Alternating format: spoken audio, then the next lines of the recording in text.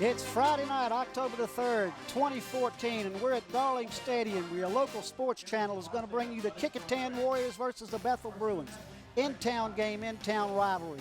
Here with my host, Bob Hintz, and Frank Edgar, and Paul Rowe down on the field. And we're looking forward to a great ball game tonight, Bob. Oh, let me tell you, the weather is perfect, Brent. It's just a nice little breeze out there. It's probably in the low 70s. It'll be in the high 60s before it's over. But this crosstown rivalry, we've got some athletes on both sides of the ball on both teams. We're looking forward to a great game tonight. Well, when you start talking about athletes, you can start with a young man for Kecoughtan. I'll let you talk about him in a minute. But we're going to go with, I'm going to talk about Bethel a little bit. And they've got a young man by the name of Quentin Lee. I love his size. He's a running back at 5'10" and 210 pounds. Sean Williams type of kid. And you wait to see what if he can't find a hole, he's going to try to make one through your chest. Well, I mean, he's just that kind of a runner. He also plays linebacker. Yeah. And I knew his dad when this kid was about 4 or 5 years old. His dad wanted to get into coaching. I told him to go over and talk to the Bethel coaches. He went over there and volunteered. Ended up over at Great Ridge as one of the assistant coaches. Quit that so he could come back and watch his son. Ran into him. He used to work at Costco. I don't know if he's still there or not, but great guy. While we're talking about this, let me give the officials for tonight's game. And referees James Dennis Hicks. At umpires Alonzo Bell. Linesman Donnie Young. Line judge Eddie Wazinski. Side judge David Gear. Field judge Steve Woodward. And back judge Mangenius Jackson. Good crew. And I want to thank again our head man for the officials. You know who I'm talking about. Yes, sir. Mick McCullough. Very quietly, when I called him, he said, Brent, I got everything for you. We talk about the officials and the games from last week, and I always enjoy talking to Mick. Thanks again, Mick, for your help. Now, let's talk about this football game. Okay, the other side, you got a quarterback by the name of Savage. This young man, just a junior, has been just outstanding at passing the ball.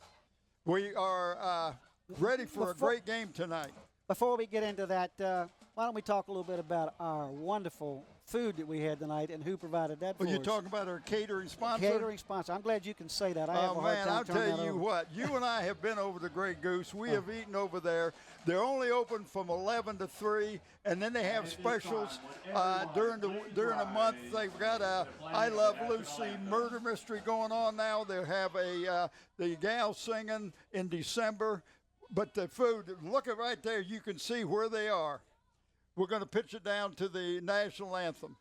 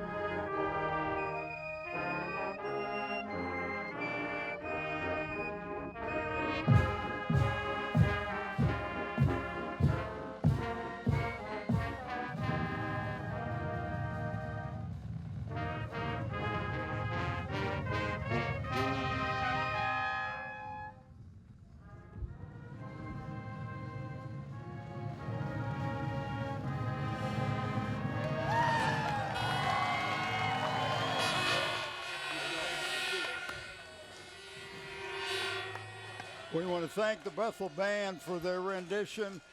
This is a mega reunion, or coming in, all the classes are coming back in for a big reunion at Bethel, but we'll get into that a little bit later. I have to tell you, you've heard me say this before, this is one of my favorite things when we go to watch basketball games and football games, to look around and actually still see people still stand up and take their hat off and put their hand on their chest. I just love that kind of stuff, and I'm hoping we're not losing it in the nation. We really need to get back to it. And Bethel did a great job tonight. That was a good job on it. They look good. I love watching the camera work. And our camera guys really did a good job. We got some great camera people. Want to talk a little bit about our camera. We got Randy Bagoli, try that. Bagoli, I'll get him out. Susan Bowers, Rebecca Braves, Steve Fryer. Our cameras do a great job. Graphics and animation. Dave Buckwalter's son, Matt. Now, Dave Buckwalter used to do the plaques and stuff that we used to get player of the game. Nice to have him here. I understand that Buckwalter's son is not his middle name. Oh, it isn't? No, it's Dave Buckwalter. Son, not son. Okay, go ahead. Slow motion, instant replay, Krista Campbell. Camera control operator, Greg Lesko. Chief engineer, Don Chiraus. Engineer, Greg Lesko. Audio, Don Chiraus. And who also our director, Andy Foley's our producer, executive producer. And then we got myself, Bob Hens, Bud Musgrove, Frank Edgar, and Paul Rowe. What a great crew we got. Well, there's Frank. Look at there. That's what a lawyer looks like, ladies and gentlemen, if you haven't got the idea. And if you need any legal help, give Frank a call. And you got to have the facial hair? Yeah, he keeps my card in his wallet just so he calls and checks on me. I don't ask for him. Anyway, let's talk about this game. You were talking about Savage. Young man comes in throwing 67+%. Yeah. 15 TDs, leads it. Had his first interception last week. We got Paul down there on the sideline. At Nina Robinson 1025 at gmail.com. We're looking for Paul. We're trying to see if you want us to talk to him or not. We're trying to find him. But anyway, let's go on with this. We did earlier tonight. We're going to get to show them to you in a minute. Bob and I both got to talk to our respective coaches. Bob went over to Kecoughtan this week, and I went over to Bethel. And earlier tonight, we got a chance to talk to him. So in a minute, we'll show the interviews that we got to do with them. But meanwhile, you're talking about Savage. I want to talk about Bo. Bo Morgan is the third-rated quarterback in the district. He comes in tonight, and he's right at 59.5% completion with 7 TDs. Bethel doesn't throw as much as Kecoughtan does. Well, they got a quarterback at Kecoughtan that has proven himself, and he's just a junior. Well, it's going to be fun to watch. A little bit about Bo Jackson. His dad, Victor Morgan, played at Bethel for Kozlowski. His nickname was Mongo. And I mean to tell you, he took care of the line. Oh, he's done some coaching and with the little kids, bringing them up and everything. But good to see another generation going to Bethel. I'm always fascinated with you and Frank's family history. You guys ought to put together a book about the lineage of all these players, and you know all the nicknames. It's just amazing to me. All right, let's talk a little bit about a young man I want you to watch for Bethel, and that's number 10, and that's Darrell Brown. Now, he's listed as a wide receiver, only 5'9", 155 pounds. I talked to several of the coaches over there this week, and they said, watch this young man. He cuts quick. He moves fast.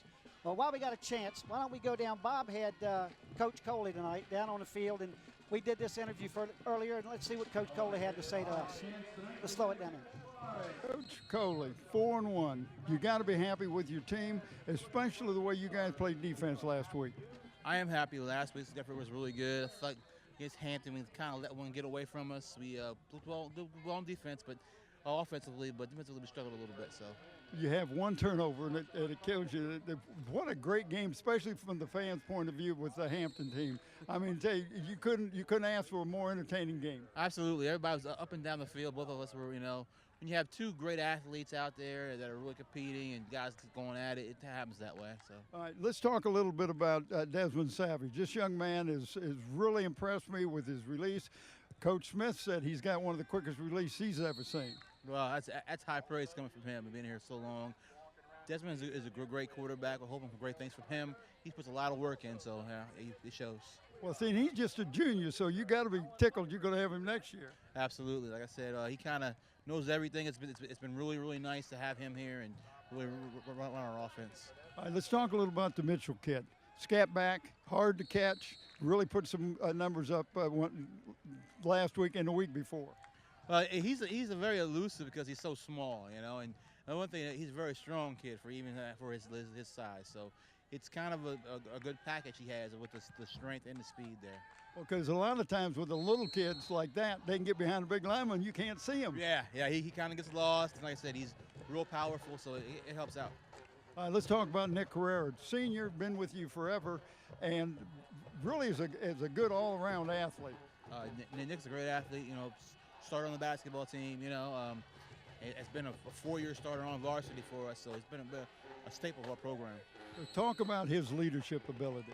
Well, like I said, being around so long, he's seen everything. So, he's unflappable. He really is the anchor that steadies our ship. So he really, is able to tell all the players about what to expect. All right, let's talk a little bit about what you expect from the Bruins tonight, Coach. Well, always good up front, always big strong kids up front, and they have some speedy kids too. So we'll got our hands full tonight. What do you think about the Bo Morgan kid? Oh, wow. That's a good-looking kid over there, I tell you. Well, we're going to have two good quarterbacks. Good luck tonight, Coach. Thank you. Well, good interview, Bob. And what I like the fact that is when you hear these coaches talking about their kids, it's not just they're talking about football. When we get a chance to go over to the schools, you hear them talking about their grades, their parents. They're keeping up with these children. It's a whole new world. And one of the biggest advocates, not only Kecoughtan, is Coach Bubba Hooker, a gentleman I got to talk to tonight. Well, one of the other things I wanted to bring up real quick is they have a study hall also like they do at Kecoughtan.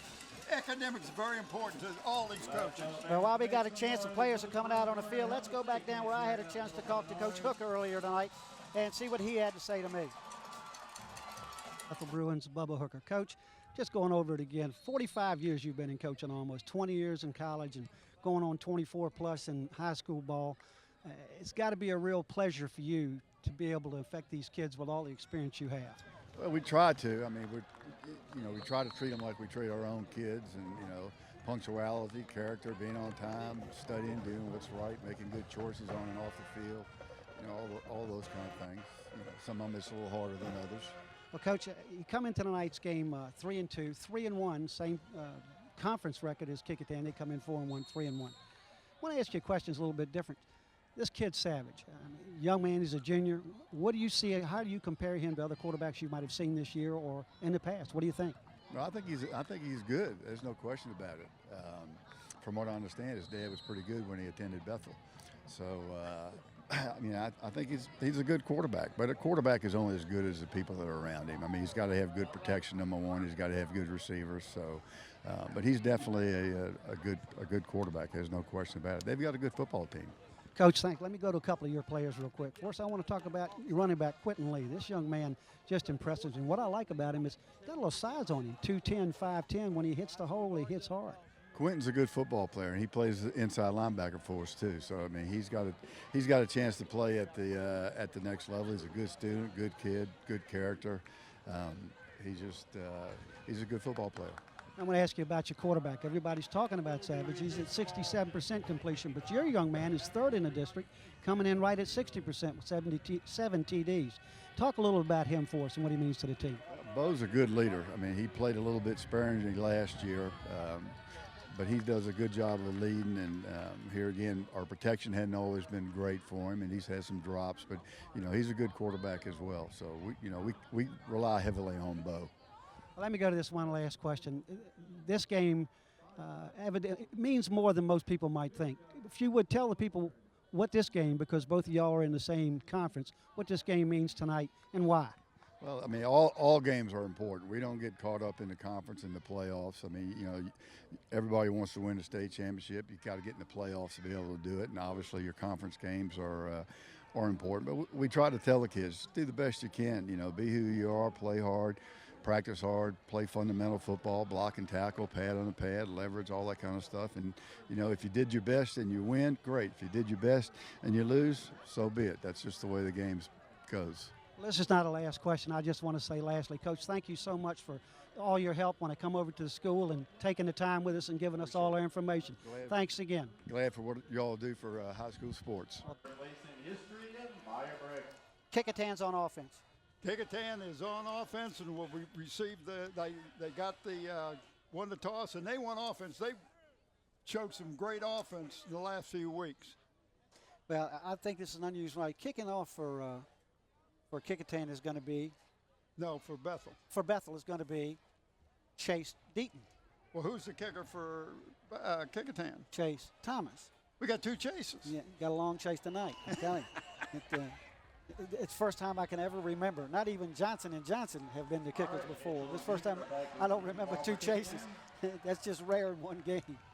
Anyway, while we were away, they did. There's a kickoff. And it looks like, oh, he put it in the end zone with a great kick. Bob, why don't you talk a little bit about the new kicking regulations while they're getting set up, where he kicked from the sideline. Well, he can kick, but you got to have at least 4 guys on each side on the side of the ball. You can Between have 5 and 5 or 4, but you can't have 3. You can't overload one side, and they can only go back 5 yards on the kickoff. They can't go back 10 yards to rush down the field. And again, that's they're trying to safety for the kids. Okay, we're going to have Kecoughtan's offense when we get a chance to show it again, but first time, of course, under quarterback. After this down, we'll get into the, Bob's going to get into the offense. Savage in the eye. Back for his first pass. Got him out of the pocket. Nice catch. I don't know if it's going to be ruled good. Yep. He's called it he good. He put his feet down. That was great. That was number 3. Tyler Chris, a nice catch on the sideline, and that was a good, well, let me see where he got a good 15-yard pickup right there, Bob. All right, let's go with the offense if you got a chance. Here we go with the offense. You got Godwin and Pauling and Nixon, Hollis, and Brown. That's your front 5. You got split end, Burwell, flanker, Grundy, H-back Chris, tailback Mitchell, and of course number 11 Desmond Savage at quarterback. And they could call that the pistol rather than the shotgun because he's got a running back behind him. So they refer to that as the pistol rather than the shotgun. Well, that's 2 passes he's thrown so far, and he's hit them both. He's holding his average. That was Grandy, the number 1 receiver in the district, Bob. They tried to run that bubble screen, and they only picked up a yard on it. Bethel did a great job right there. As you can see, number 15 for the Bruins just did a great job, and that's Chrisley, T.C. Chrisley. When we get a chance, we'll bring Bethel's defense up for you. And that's a nice play, saved by Jersey, number 24 again. Oh, man. Folks took his jersey off, but there was a nice hole on the right-hand side. And here you go with Bethel's defense. Of course, got Ian Bell, linebacker, Aaron Edwards, linebacker, Quentin Lee, inside linebacker, T.C. Chisley, cornerback, Corey Ricks at tackle, Desmond Denny at inside linebacker, Brandon Slade at defensive end, Josh Williams at defensive end, Josh Hagens at guard, and Jeremy Awazu at safety. And, of course, Josh Awazu at cornerback. So we've got them all in there. Names are a test for us tonight, folks, but we're going to give it to you the best we can. A great job that time. It was a sweep around the right side, looked like picked up about 3 yards, Brent. Was that 24 again, Bob? I was reading at the time. You know me, I can't do 2 things at once. Well, lucky us. Yeah, that was... Well, I have to tell you, this game, we watched Kecoughtan come out against Hampton. And Kecoughtan's offense up and down the field. I mean, it was like clockwork. The coaches calling them good plays and moved them right down the field 5 out of 6 times. It was wonderful to watch. Oh, they tried a little slip drag. Delay draw, whatever you want to call it. Yeah, it was a draw play, but they draw the man in motion trying to move that middle linebacker. He did not move. So that's going to bring up 3rd and 7, I think. A long one. Yep. Our statistician, Frank, next door is keeping everybody posted.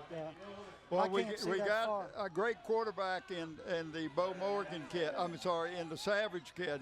He's got such a quick release. I watch him warm up, and for Mike Smith to say how quick this guy released, Mike has seen some high school quarterbacks. Yeah, if he's going to talk about you, he's seen a few. Yep. Here we are at 3rd down. He's back to throw the pass again. Nice fake. Look at this. Nice run. Picks it up and goes down and saves the injury. Well, that was he got kind of tripped up. He stumbled or tripped over somebody's foot. But watch this thing. The coverage down the field was great. And watch what he does. The pocket breaks down and he just outruns the big guys. Nice move there to avoid 2 guys. He just went down. I thought he tripped, but he didn't. No, he's just smart quarterback. Get your yardage, get down. As his daddy told him, be good, careful out there, and look good. Well, like we saw him earlier this year, so far they're moving the ball. That's number 5, I believe, carrying the ball. Yep. Division. Let's hear it from the Northampton Bruins. Fugate was carrying the ball that time. And he only picked up a yard, tried to go off the right side and slipped over to the left side, but the Bruins are big on the line. Well, that Jason Fugate, he's quite a little runner himself. I mean, he's only leading the district in rushing TDs. He's got 10. Wow. And everybody's talking about Savage and everybody else. Of course, you brought up Mitchell earlier. Why we got a chance to talk about him. What a great little athlete he is. In that Hampton game, he showed himself. He had over 215 yards rushing in that game against Hampton. It was quite a game. And that was number 20, I believe, went it by. Yeah, he tried. That was Victor Mitchell, the young man we were talking about. Right, Mitchell tried to go to the off tackle, and it was blocked up, so he spun, turned around, and ran right into some Bethel Bruins. These guys are big. They're trying to bounce it. Well, this is the first third and long they've had tonight. Well, they had a 3rd and 7 on the last series. This is what, 3rd and 8 or 3rd and 7? Yeah, well, it's longer than the other one, right? Yes, it's right. Right on top of it. And there's that bubble screen again. You see the blocking. Huh? Well, I tell you, the Bruins are doing a great job on that. But I'm going to tell you something, folks. That's a hard pass. He threw that to Grandy again. But, I mean, that's a long pass. That's what I'm saying. He's throwing it from the hash mark on the other side of the field. Yeah, it's a tough pass to make because the field is sloped. This is what the average person doesn't realize. The sideline is lower than the middle of the field. Yeah. And so... and that's for the drainage purposes. Now, why he's going to call timeout. Coley is going to call a timeout because he's trying to figure out, do we want to go with this, try 4th down and where they got about 3, or should we try to punt them, keep them deep in their area? What? Well, this is almost 4th down territory. Well, they're at the 30, like you say. If he puts it in the end zone, he only picks up 10 yards. They're going to bring it out to the 20. Kecoughtan's timeout, one to figure out what to do. And I like this because this is your opening down. You got the ball. If you can go down and score, you're going to set a tone. Well, if you remember Kecoughtan, when they played Hampton, they did not punt one time. No.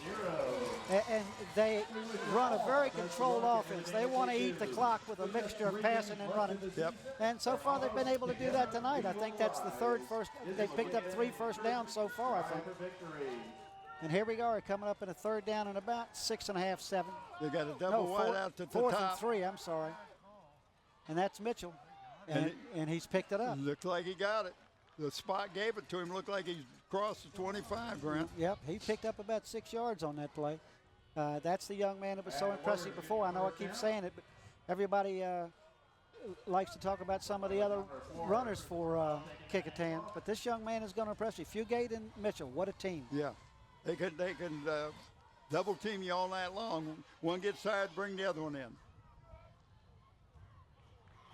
While we're talking about it, they got a tight end down there for Kecoughtan that you and I both are really high on, not only for football, but for basketball. And that's Nick Carrera. And the coach, Coley, said, great athlete, starts on the basketball team.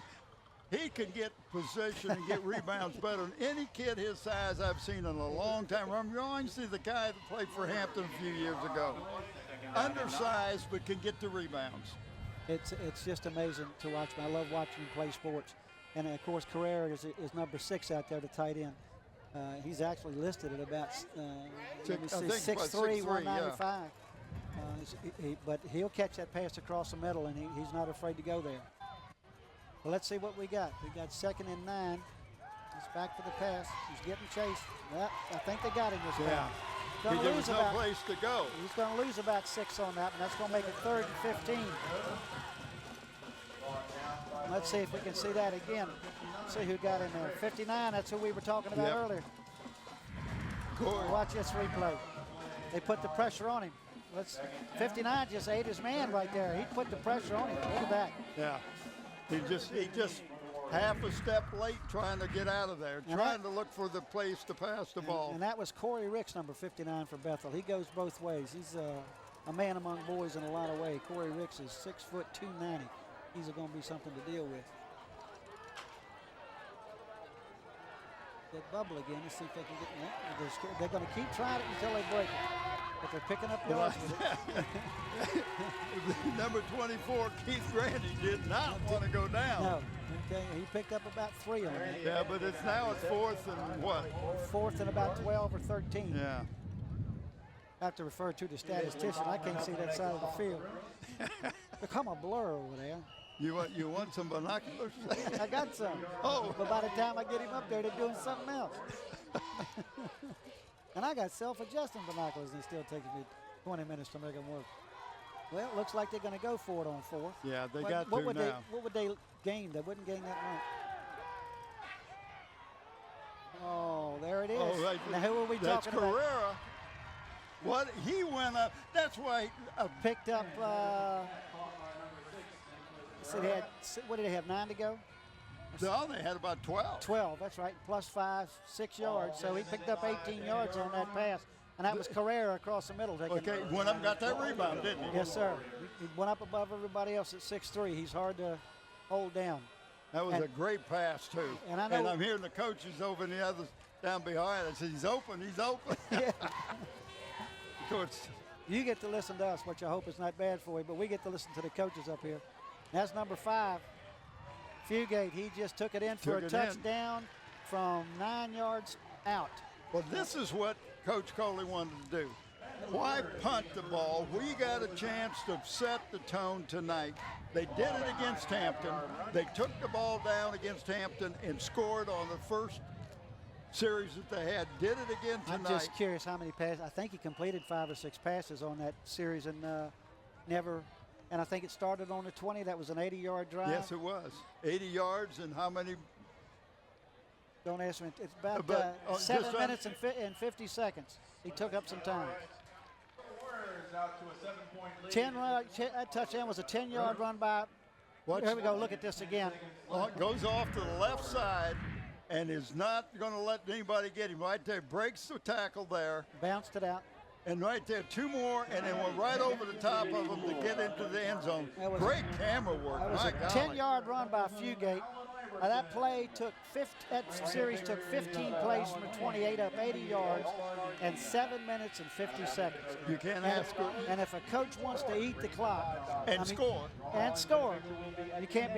you can't beat what just happened on that field for Kecoughtan. What Now, I like about it is he mixed the run and the pass up well enough that Bethel did not know what to do. and while we got a chance and they're getting ready for this kickoff, let's send it down to Paul. Paul, you got something for us down there, buddy?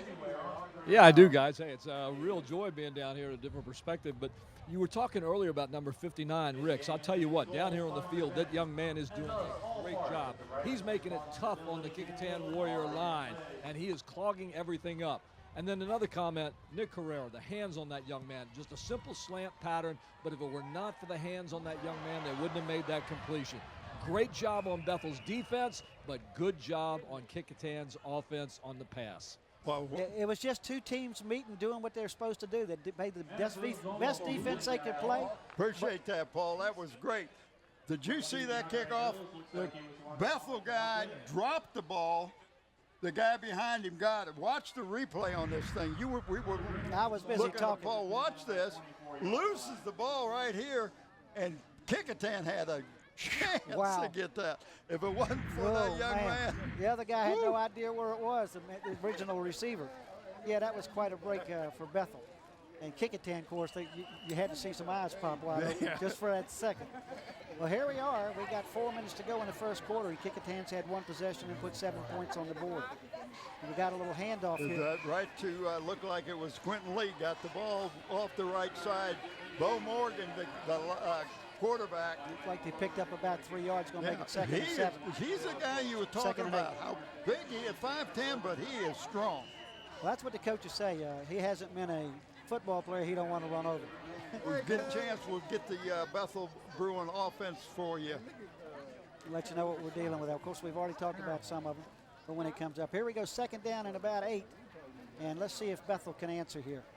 Well, they got spread out. They got 4 wideouts. Same little bubble screen, the number 10 gentleman I was talking about. And all he needs is a seam. Okay, but what they did there, Kecoughtan didn't have two guys over there. They had them back, which will really make that level screen work a little bit better. You're going to pick up some yards. You Yes, picked sir. up about 5 on that. That was Durrell Brown, the young gentleman we were talking about earlier. If you see him pop a seam tonight, he will be go. Here we go with the Bethel offense, I believe. No, we're watching the replay. No, we saw in a replay. Quick little release there, too. And you know, you gotta like the gang tackling. well, I like the gang tackle, but I like the fact that he moved the gang back. He went into them. He knew he was going to get hit. 3rd and 2. Oh, threw it wide. That's going to bring up 4th down and 2 and 3. I'm very surprised at that call. I am too. You want to get that. You want to get that initial first down, Of course, and they did not get it. And this is what Kecoughtan did against Hampton. They made Hampton punt, and they never had the punt. well, let's see how this shakes out. Well, and I was talking to the coaches about Kecoughtan. He said, we made some changes on defense. We're not going to be giving that many points up like they did against Hampton. Well, I think Hampton's offense might have had a little bit to do Oh, with it. absolutely. Absolutely. Talk about another Oh, Bubba. he kicked a high one up there. It's out of bounds. Oh, man, way out of bounds. Took out 2 cheerleaders and a supporter down there. Midfield, man, that was just went off the side of his foot. I'll tell you what, all of a sudden everybody on the sideline on the track's paying attention. that ball went out coming of over bounds this at about way. the 40 and hit dead to center of the track. Kecoughtan coming back up on offense. So they're going to take the ball over on the 50-yard line. So that's 30 yards less than they had to march last time. Let's see how proficient they stay. If Bethel can make some changes and put a stop in this. Yeah, they definitely need to do it here. Something, absolutely. But I like the way Kecoughtan is mixing up their plays. We got 2 men moving at the same time in the backfield. Going to be a penalty. Final snap, false start, offense. 5 yards, replay down. In that Kecoughtan possession, Too soon. Fugate had 3 runs for 16 yards, and Mitchell had 4 runs for 15 yards of the 80 yards that were covered. So they took 7 of the 15 plays. The other plays were passes. And Savage was 5 for 5 for the other 43 yards. What does that tell you? It tells you that's very balanced. Our statistician, Frank Egger over here, I'll tell you what, he's on top of it. Of course, he gives Can we call him Feats Jr.? he gives predictions. Nice little touch, and he just dropped it. Oh my! Well, he was getting pressure and was backing up and threw that off his back foot. But I'm telling and you what, all the way over to the other sideline. Brent, that is just an awesome throw. well, if you can see that again, he laid that right over his shoulder. I mean, you can't throw it any better.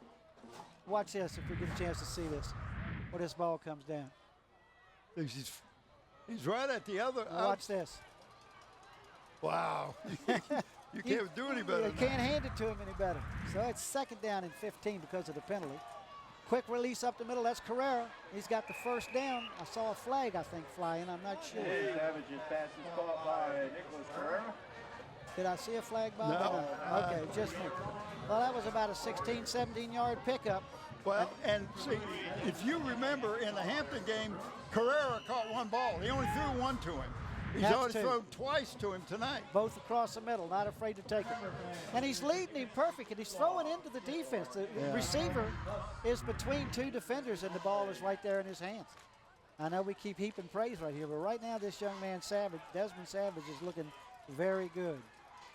And the only incompletion he's had has been in somebody's hands. Oh, He waited just too long. Didn't hear him coming quite quick enough, and that's going to be a big loss. Josh Williams. That's going to be about 6 foot 180 defensive lineman. That's a 17-yard loss right Whoa. there. That's going to make it. Make it interesting. Yeah. You may end up with the first punt tonight. But these guys, watch the replay. He just, when he hurt him right here, he hurt him, but it's too late. Too late. He tried to curl out of it, and that's number 11. That's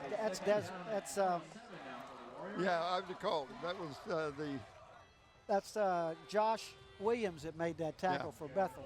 Hey, remember when they used to have tearaway jerseys? Boy, he'd have loved to have one that time. Sure would. Second down and 27, I think it is. But he's been very successful. That's Mitchell. They had a shot at him so far. This young man is just, he's beating the corner. They're there on the corner, and he's beating it. Well, he did that against Hampton. What? He picked 5, He kind 10, of has an extra 15. gear. He picked up 22 yards of that 27 yards. And here's a replay. And you think he got him. And he, like you say, Bobby, just seems to have that extra gear. Whoop, Right there there. you go. Where'd he go? Whoop, there it is. Sideline warning. Bethel. And he started stumbling on his own. I mean, the turn got him. But that little juke inside freezes that tackler just enough for him to accelerate again and But you shift still gears. got to be quick enough, which he is, to get around him. He shifts gears and away he goes. Now we got a 3rd and 9, which is much better for him. But there he goes again, breaking it loose. I think that's Fugate, isn't it? Number 5? No, No, it's that's number 20. That's Mitchell again. That's the same young man that ate Hampton's lunch. Victor Mitchell. Just to He's give you- 5'6", 170. And the coach says he gets hid behind the line, but the big lineman, you can't find him. Just give you a little sideline. Bethel has had 2 sacks already tonight for 23 yards. But every time, Kecoughtan has been able to respond and get a And pick first up down. that yardage, even though they've got They had negative 27 yards to pick up, and they picked it up. They had, and 1 for 15, I think. So here we go.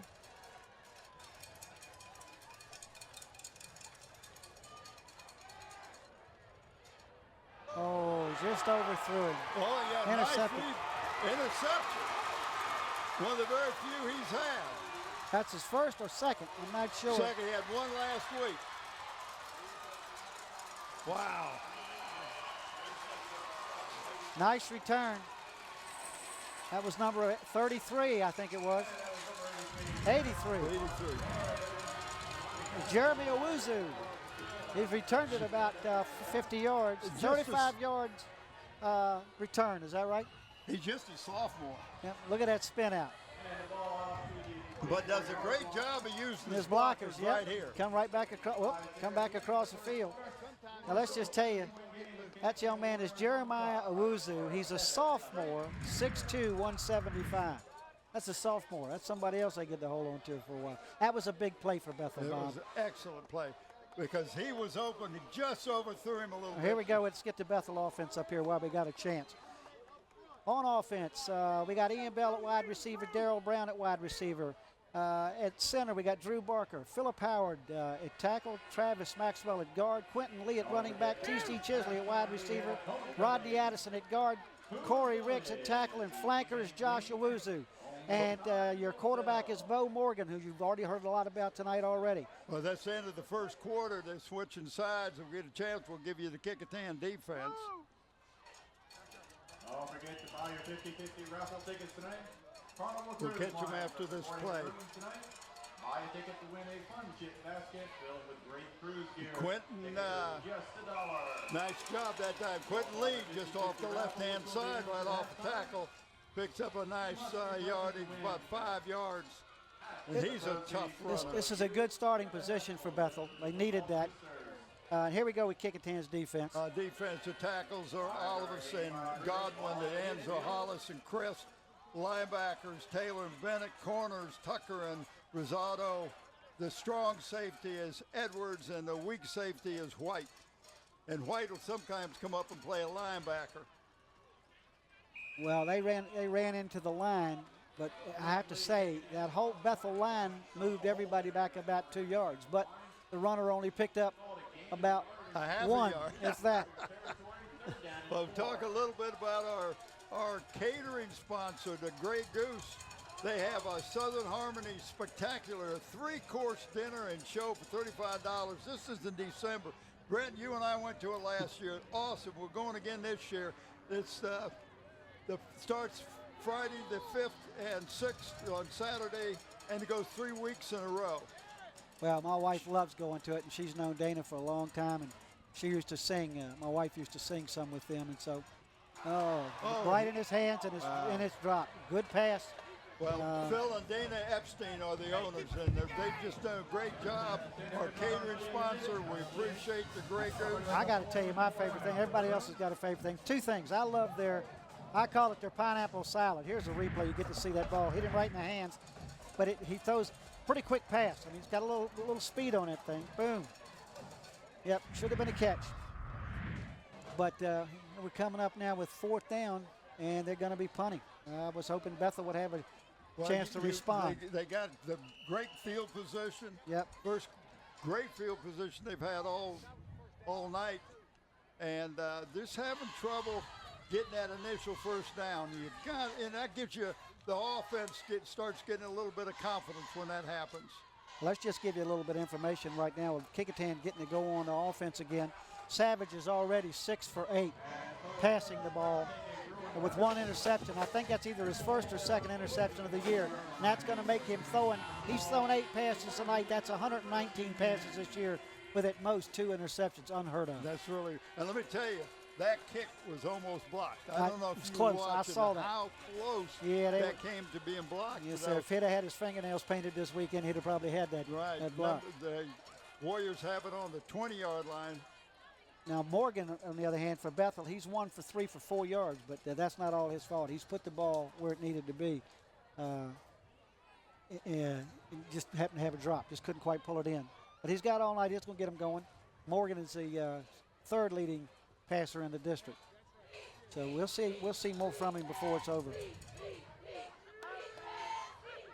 We got Final snap, false start, offense. 5 yards, replay down. And a lot of people don't understand on a false start, all you have to be, if you're a lineman, if you lift that hand up, that's a false start. Just to let you know, if you want to read that. 8 plays at Bethel, including 2 punts. That's all they've had tonight so far. And Kecoughtan's had 21 offensive plays. Wow. So far, and here we are. Another flag. 14 minutes into the game, and Kecoughtan's already run 21 offensive. Snap, false start, offense, 5 yards. Somebody ought to put a nail in that guy's shoe so he won't take off so early. Must be a play to him because he's ready to go. Well, they don't identify the one. No. I'm not looking to do that. I'm just No. saying, here we go. Kecoughtan's put themselves in the hole again. It's 1st and 20, but twice before they've overcome these situations. Well, but now you got to be careful. You're at your own 10-yard That's right. line. Bethel's got them pinned back just a little bit.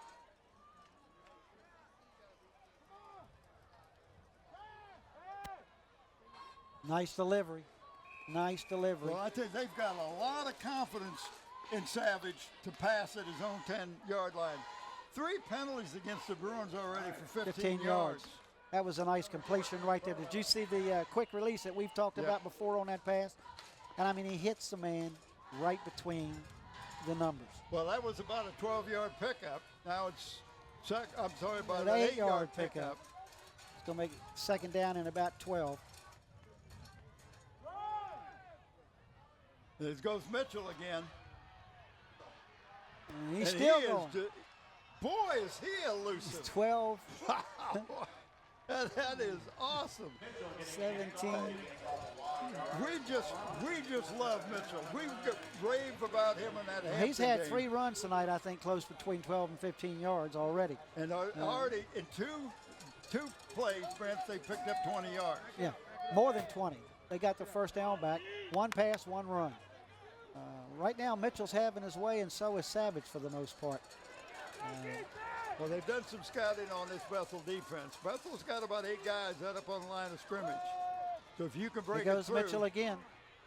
And he's just finding his way. And he's he got just picked up finding his another way. 10, Another first 10 down. yards. Yeah, closer to 12. Wow. You gotta be impressed. But if you see a replay on that, watch how he follows his blockers and picks his position, picks his runners. Watch it. This is beautiful. All right, he's got his hand on his back, uses the block, goes. I mean, he's just taking his time to pick where he's going. Timeout, Bethel.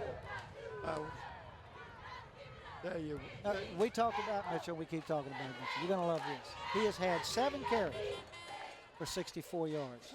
And we're 3 minutes into the second quarter. I don't. Yeah, well, let's go ahead, find Bob. out what young Mr. Paul Rowe has for us. Hey, guys, down on that last drive, Mitchell, let me tell you what. This kid, the defense for Bethel is kind of holding the line and staying there to find out what's going on. And this Mitchell kid is just running down the line, picking his holes, moving through a hole, going sideways, turning around, spinning, finding another hole and going through it. He doesn't have to worry about much blocking at all, and Bethel is not sure where he's going, so they're not pressing real hard through there because they don't want to lose him like they're losing him now. Paul, if you remember when you and Frank did the Hampton game, that young man did 217 yards against Hampton. And he's already got close to 65 yards, 3 minutes gone in the second quarter. Yeah, he's on his way to a game like this because he knows that defensive line now and he's picking his way through. Back to you guys. Thanks, Paul. Well, here we go. What a great picture we got down. The camera crew is just doing a great job. And of course, here's Fugate. He's the lead in the district because everybody's looking for him. I don't know. And he lost a couple a couple of yards. Just couldn't quite couldn't get his shoulders square to go north-south. But he was running to the same side that the stack was. Yeah. And so that brought more people already out there as it was. So, but this young man's going to get his yards too tonight. He's just a junior, and he's 5'10", 175.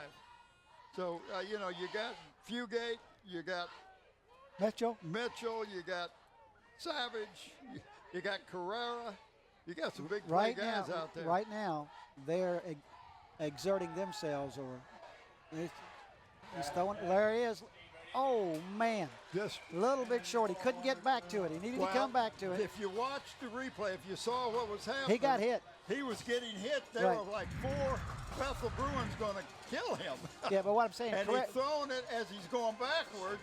Can't hardly step into it. Carrera needed to come back a little bit more. He was just underthrown. The ball was a little wobbly. Like you said, he got hit. Yeah. Boy, he got nailed. A lot of poise to stand in that pocket, I'm going to tell you what. But I'm impressed because you get the ball that far down the field and you cannot step into the throw. Pass, yeah. And you've watched the pros have trouble with that. There we go, 3rd down and 12.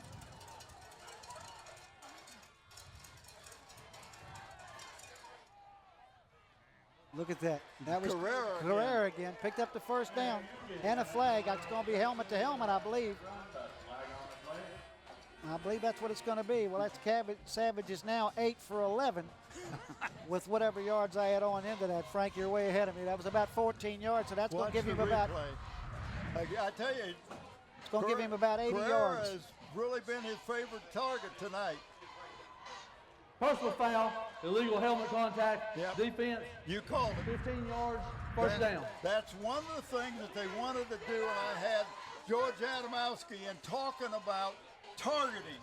And if you target is anything that you hit somebody above the shoulder pads, whether it's arm, elbow, shoulder pads, helmet, it doesn't make any difference. They call that targeting, automatic 15 and yards. And it's all to protect the high school, the young ball players.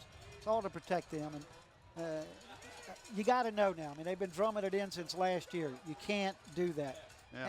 There's a whole lot of discussions been had about it. But right now, Savage is 8 for 11 with 80 yards or maybe a little more. Nice run here. He's still running. He just does not want to that was come Fugate down. Did not want to come no, down. That was number 5 that time. It was Fugate, yeah. Fugate, yeah. He picked up about 3 yards on that, but he's getting tough yards on that play. Here it is again, coming right at you. Look at that camera work, Bob. Ground level, coming right at you. And he doesn't stop. After he's hit, he picked up 2 more yards. You don't think them boys ain't hitting out there? Boy, I tell you, that's giving me bruises. I'm going to start bringing Band-Aids to this close-up work. Good job with the camera crew, Bob. Look at that. Well, you get great job. And I'm telling you, the automation and everything we've got going, Andy Foley's group is just unbelievable. No, just a little bit wide. A little bit wide on that. It was 2nd and about 6. Now it's going to make it 3rd and 6. But again, if you look at that pass, Savage did the smart thing. He didn't try to put it in there where anybody else had a shot at it. He put it only where his guy That's could right. get it. Absolutely. And that's how you avoid interceptions. You lead away from the defender. The man can catch it over his back shoulder. Great catch. But you don't give the other team a chance to catch it. The interception that Bethel got was off the tip ball. Well, we're glad to have Krista Campbell back. She's been gone, doing our instant replay. What a great job, Krista. Look at that picture on the side. I mean, it's just a good picture. That's all it is. Here we go, back on the field. I hear a whistle. Timeout. Kecoughtan. That's Kecoughtan's second I time believe out. that's her That's your second. second timeout.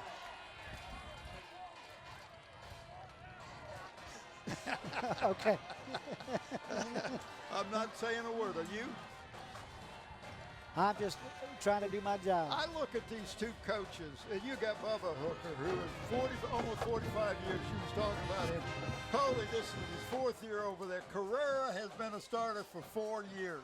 At He's Kecoughtan. been there with him from the beginning. And it just makes you feel good to see that these young men develop and how good and better they've got each year. These coaches, what they do with these young men, not only teaching them how to be good athletes, good students, good people in the community. Well, Kecoughtan coaches really built this program. It was his 3rd or 4th year. 4th year. 4th year, and look where they are now. Here we're getting ready to go. It's 3rd down and about 6. Oh, overthrew him. Oh, that was the first high pass I've seen. And we got a flag. I don't know. They were both going for that ball. I've got to figure this out. Well, I'd have to see it, but if he hit him before the ball Got there. I agree. But I thought everybody had the same shot at it. they do, but you can't get an advantage by making contact. Let's just see. I don't see that. I don't know what he's calling, unless he's calling him being undercut or something. Well, it's against the Bruins. And that would be half the distance. It'll be half the distance, right? Because it's about It's at the 15. 21. Hey. Defensive pass interference, half the distance to the goal. First down. You can show that all night long, folks. Well, the only thing that I can see on that replay was the third or second defensive. Well, look at it again. guy. The ball hit the Bethel defender's hands first. Well, watch the guy behind Underneath, him. I understand. But And that's the only thing I could see. watch whose hand it hits first. Boom. They're there at the same time. Well, see, I don't know who they call it. He does. I don't see the penalty. I mean, yeah, the official, I think, had a bad angle on it because that ball was up for grabs. The Bethel player had just as much right to it as the Kecoughtan player. And it's a little handoff to Fugate, and he gets a got the touchdown. That's his 11th touchdown of the season. He still leads the district in touchdowns. And we got one of the Chase boys coming in, right? Yeah, guarantee you, kicker will be named Chase. And his last name was Thomas. For Kecoughtan. And let me tell you about this Chase Thomas. Not only a great athlete, plays on the golf team, was like number 2 in the district this year on the golf team. He plays soccer and kicks. So if he finds time to do anything else, he probably fills up the water. I don't know where he jugs gets the rest of the talent from, but I know where he gets the golf talent from. His dad, Kippy. Yeah. His dad Quite a can good play golfer some golf. himself, yes. Of course, I haven't had a chance to play with Kippy in a long time. He went to work, and I haven't seen him since. It's been about 5 years. I don't know. I see him every now and then. Prior to the snap, false start, offense. That's the 3rd or 4th false start for the Warriors. Warriors tonight. Just to let you know, that was a 9-yard run by Fugate for the touchdown. That play covered 78 yards in 9 plays, 3 minutes and 11 seconds. Right now, this is not foreboding well for Bethel. They're going to have to tighten something up. Kecoughtan's able to pretty much move at will right now. That. And I think it's long enough. Looks good. Okay. I thought maybe we were going to have a Rockette routine right there by the two officials, the way they had that worked out. Here's a replay right here, folks. Didn't it look good, though? I was just waiting for the music. Well, yeah, they look at each other and say, "Are you ready?" We saw that replay right there, but I'm going to tell you, I saw several Bethel players. They didn't wrap. Yeah, They're wrap. trying to shoulder tackle, try to knock the guy down. You got to get back to wrapping these tackles. If you don't want these guys, Mitchell and Fugate, bouncing through you, somebody's going to have to start putting some wraps on those legs and shoulders and taking them down. I can remember when I played football, we were taught to tackle the legs. You were never told to hit around the shoulder pads or anything. I tell you what, you get some information from Frank. Hey, Paul, you have something down there? Come on back, buddy. Yeah, guys, I just wanted to make a comment on that series. Savage is beginning to get, or seem to be, very, very comfortable in the backfield now. It appears like he has a step or two on the defense coming in, and he knows that. And he's taking his time and finding his receivers who are running good routes.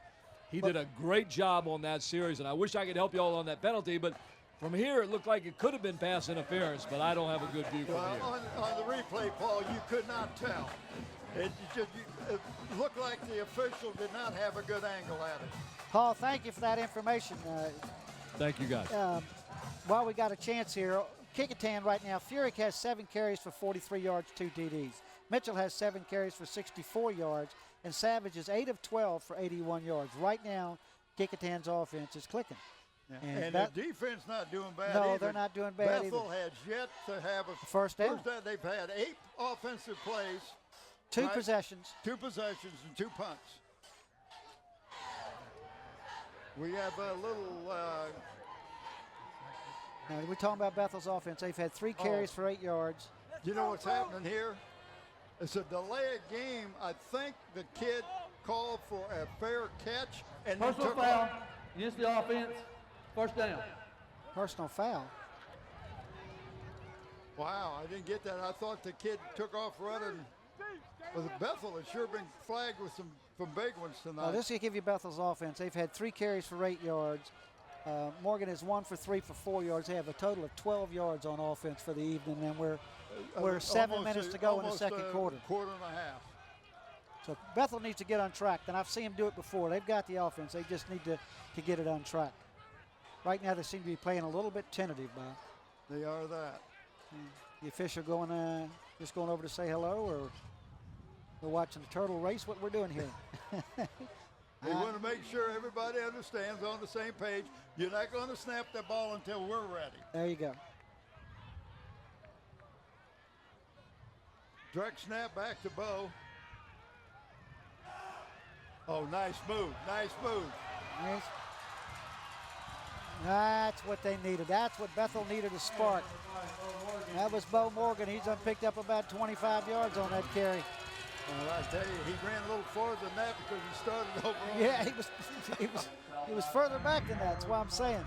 Here, watch this. I mean, he doesn't appear to show blind and speed, but he shows intelligence in where he's running. You see what I'm talking about?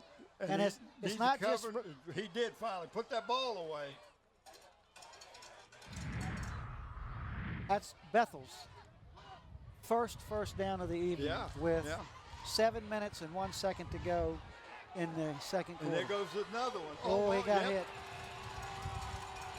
That was number 5 again for Bethel. That was number 10, Bo Morgan. Elijah White, senior, cornerback, 5'9", 180. Put a lick on him. Yes, he did. But I have to say, right now, Bo's reminding me a little bit of a Hampton quarterback. He decided to take it on himself. He's picked up 2 first downs and 2 runs. Well, he hasn't been a threat to run earlier. And now all of a sudden, Kecoughtan's going to have to be aware of his speed. Let's see, who's that? He's still trailing out there. That was number 9. That was Quentin Lee. I mean, he's going to earn every yard. He was hit at the line of scrimmage and still picked up 7 yards, Grant. Yep. When he goes in there, he said, come on, ride along with me. He just keeps dragging people with him. He was dragging the defense with him. And he's a young man that you talk about how big he is. For 5'10", 210, he's got some build on him. Well, he's been in the weight room a little bit. His daddy's no slouch. I don't think his daddy take him now. But well, let's hope Bethel can do something with this. Let's make this a game. They've got a little spark going here now. All right. Slow developing play. Yeah, just. Morgan's passes. And we got a penalty. Maybe there's going to be a face mask. Usually not going anywhere except behind the 50-yard line, but Says about a loss of about 4, I believe, right now.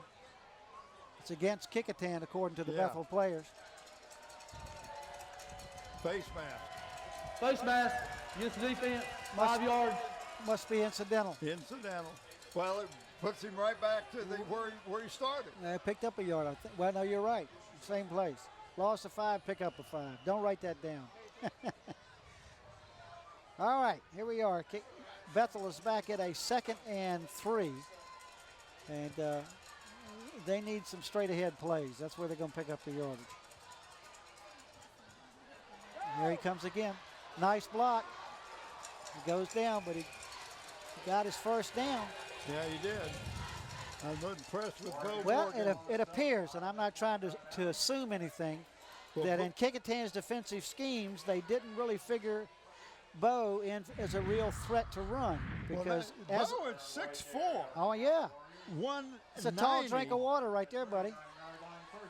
But what I'm saying is, evidently he wasn't pictured to be too much of a threat to run because he's run, I think, 4 times or 3 times, and he's picked up about 40 yards. Well, 3 of the times he's carried the ball, he's picked up a first down. Yeah. This is the first sustained drive that the Bruins have had, and they're looking good. And they got Kecoughtan's defense back on their heels right now. Well, let's just see if Bethel can make it work. He's going deep. He's got it ran down there, and it's a touchdown, number 15. Yes, sir. That is T.C. Chisley. He's just 11th grader, 5'10", 165, but he got behind the defense. Bo laid the ball right out there nice. That was a pretty pass by Bo Morgan, folks. That was nicely done. Now, that just reminded me of something. Where Kecoughtan had their problem against Hampton was the long ball. Was the long ball. Well, and the 2 things you got to do, you got to have a good defensive player on him, but you also have to put a lot of pressure on the quarterback. And I watched the tackle on the left side. He did a great job of keeping the giving him time. Defensive end from crashing in. He gave Bo a chance to get the ball off, and I got to tell you, he put it right on the money. We got another guy by the name of Chase kicking this time, right? Yep, it's close. Oh, Chase. But it's no good. He wide left on that. Wow, Let me that just could say, be big. Now, this is much more important than it sounds than just 6 points, because Bethel took that ball and won 88 yards. Go ahead, Paul. Well, before I get through this, what do we got down there, buddy? All right, guys, you hit that one on the nail. Bo Morgan set up that last touchdown. I can tell you that with surety. They were overplaying him. Every time he got the ball, they thought he was going to pass. They would rush at him. He picked them apart by giving them a step on him, and then he would shoot the gap. And then the Kecoughtan defense was setting up to stop, was number 9, Quinn, and they were hitting him time after time after time. And when Morgan got them more worried about him with his run, it opened up the pass, and you could see it. Kecoughtan blew the coverage on that. Morgan just lofted the ball, a beautiful pass and reception for the touchdown. Set up by Morgan. Good call. It was a whole series of things that made that possible. Good call, Paul. While we get the chance, that series was 6 plays, Bob, 88 yards, and 1 minute and 54 seconds. Wow. So not only did Bethel need to come back, they came back quick. And on that series, Lee had 4 carries for 15, or he now has 4 carries for 15 yards. Morgan has 3 runs for 42 yards on that play. And I told you, those 3 of them. And he now is 3 for 5 with 39 yards and 1 TD. Game's balancing out. I got to give my statistician over here some kudos over here, buddy. He's throwing his paperwork over here faster. We're going to have this all done in yellow. Well, you know how you handle paperwork if you're a lawyer?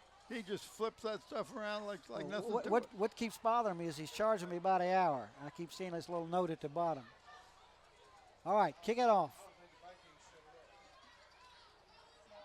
Taking it to 10, Bob. Whoops. Uh-oh. One blocker. He is gone. No flags. No flags anywhere. 90-yard TD by number 20, Mitchell.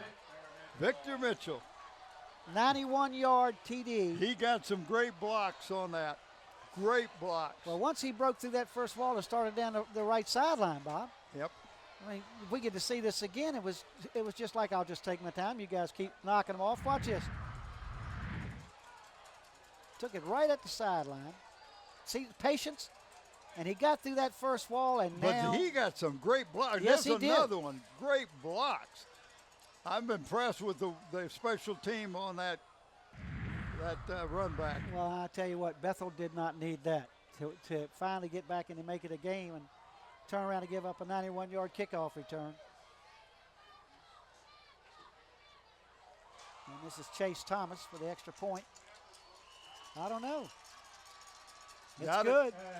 That was a little lower line drive than we usually see him kick. Well, you know, sometimes you hit a nice lob wedge, sometimes you a low 5-iron.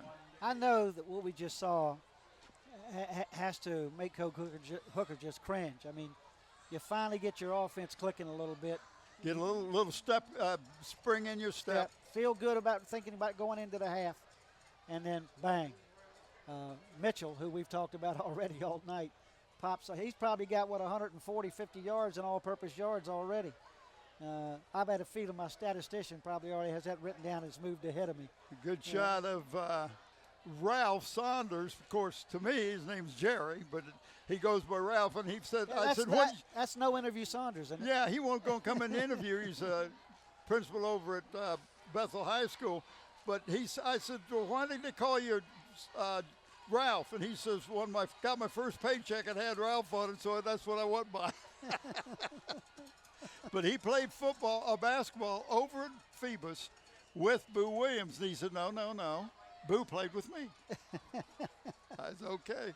Love the stories. My gosh, you've been doing this since 1980, and you were coaching it before then. That's just great information that you're giving these people out here who think back about all the old players and all the old times. A little pooch kick. Yeah, that's what he's been doing. And it went out of bounds and bring it out to the 35. But that's not a bad. You're not going to run a punt back on me or a kickoff back on me. That takes the starts right out of bringing that back. You got that baby right. Now, let's see. Bethel, I know we just said it 3 minutes ago, but can Bethel come back in? Does that put a nail in this thing? Well, you got to come back. Bethel's got to come back and respond right now. Yeah. They got 5 minutes and 5 seconds or something like that to make this happen. They really need to have a nice sustained drive and put 7 more points up on the board. Well, we can continue to talk about this. Both of these teams are in the same division, Bob.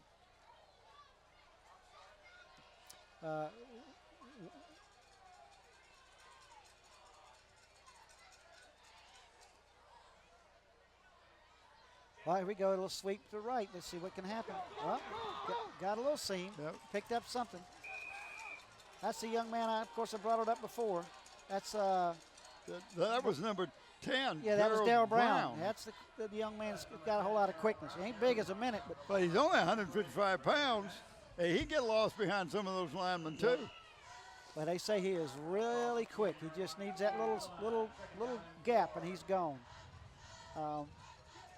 Bethel, we were talking about this. Both of these teams are in the same division. Right now, Phoebus is coming in at 6th position, and Bethel's coming in at 7th position, also 3-2 and 3-1.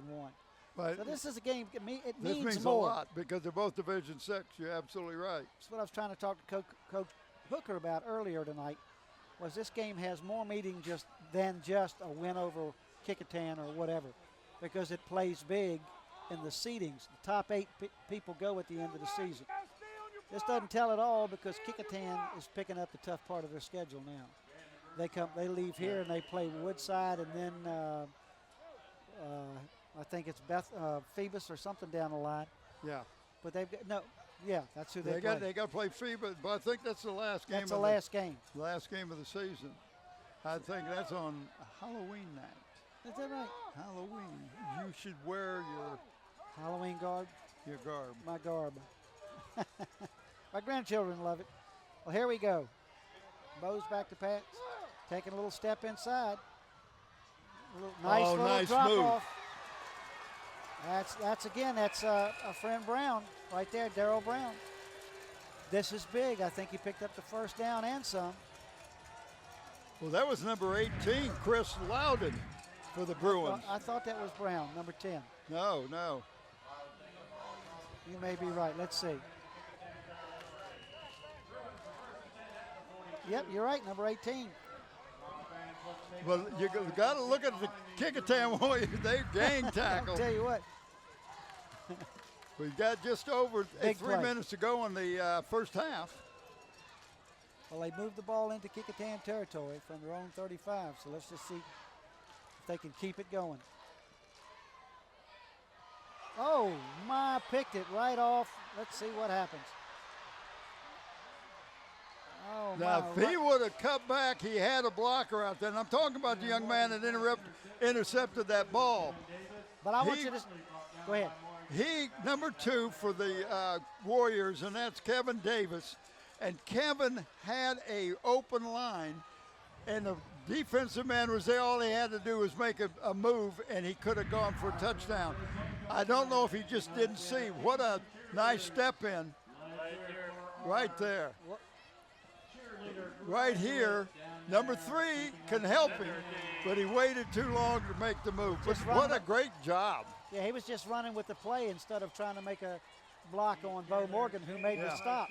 But what we didn't get to talk about was on that interception, the receiver went behind the defender instead of in front of him. Yeah. Timeout. It was a great lead by the quarterback So for the second. receiver, but he went behind the defender, Yeah, you got- or the defender stepped up. I'd like to see it again. And what happens on that is you've got to protect. You got to be sometimes. If you're offense, you got to become a defensive back. Right. You got to know where that defender Right. is. and You where- cannot let somebody else get the interception. You got to knock that ball down. Make sure if I can't catch it, you can't. If we, if we could see that a little wider, you'll see what I'm talking about. The receiver just seemed to, the defender stepped up, and the receiver, here it comes right here. Looks like it's coming right to him, and the receiver Well, he never saw the defensive man. never played him. He was waiting for the ball, and the defender, what a great play, just stepped right in front of him and took the play. And Morgan is now 4 of 7 for 57 yards with 1 TD and 1 interception. Let's see what Kecoughtan can do. They've got less than 3 minutes to go in the half. Let's see if they can put another one on the board. I know they'd like to do it. Another handoff. I think that's to Fugate, but I can't see the number. No, it's Mitchell, I think. That was Mitchell. He picked up a couple. That makes it 2nd down and 8, Bob. And they're on the what? They're on the 25. Plenty of time for Kecoughtan in the way they play. Whoops, that just took care of some of that. Yep, stopped the play right at the loss of about 10 yards. Wow. Because they were at the 15, they're going to be back at the 20. No, they're bringing it up there. Wow. Well, they're going to move it where he first got hit and was running, and they're pushing him backwards where his Okay, well, I thought he forward started- progress was. That's going to make it 3rd down and about 15. And if nothing else, you want to get at least close enough to try a field goal. Yep. Well, I think they might try it from here anyway. We saw him attempting them from 40 and 45 before. Chase. Make some noise. Show your support of that team on the field. Oh, nice screen pass. You'll get an interception.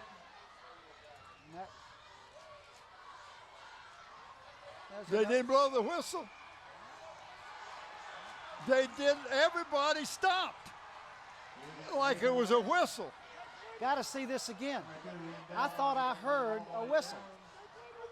So the Warriors are putting points back on the board again. And this is number 5 that gets the screen Fugate. right here. Fugate. Catches it at the 35. Now they got him right there. Okay, Oh, he's down. He's no, down. his knee was down. His knee was down. Yeah, they don't have the replay. Oh, that somebody wasn't paying attention. He was definitely down on that play. Brown back on the try for the point after.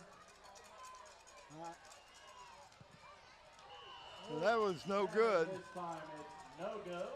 Well, I have to say, and I'm not picking on anybody, but there's a lot of people out there wearing striped jerseys to have missed that. Yeah. You got to see that knee. We can He's show it not again. down if he's laying on top of a player. the defensive, but when he turned over and his knee touched the ground, he's down. Yep, I don't know But if no we whistle. Everybody else thought he was down, but you tell your kids, you play until you hear the whistle. That's right. If you don't have a whistle, you keep playing. But I'd like to see the position of the officials on that. Somebody. Well, Makula will review this film. Somebody was wasn't like out of position. It wasn't like it was in a pile. I mean, it was very No. obvious from the sideline as to where his knee went down.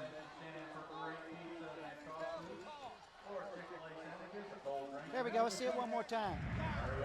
Get this wide angle. These camera people do a great job. Look at this. It was a great call. Yeah. He's going to have the first down. Now watch this.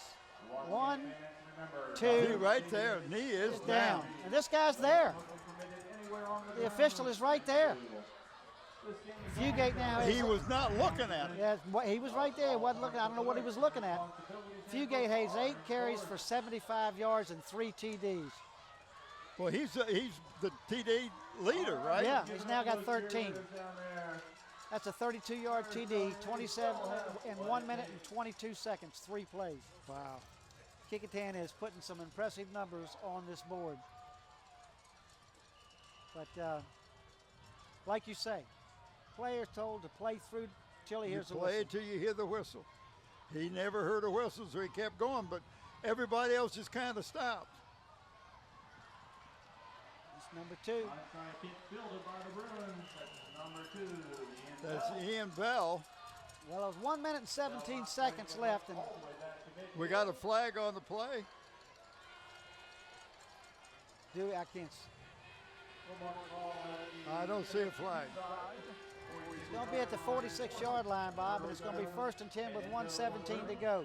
Hey, Let's see whether Bubba just tries to take it into the locker room and get these guys back together, or if he tries to put something on the board. Right now, I'm well, feeling. they were going to get the ball to start second half. Yeah. The Bruins are.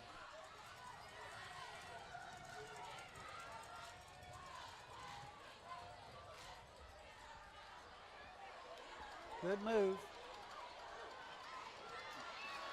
Take it out of bounds. Smart play. Stop the clock. And picked up the first down. It's right close, but I think you're right. They may measure this one. They're not going to measure. They're giving it to him. He got All right.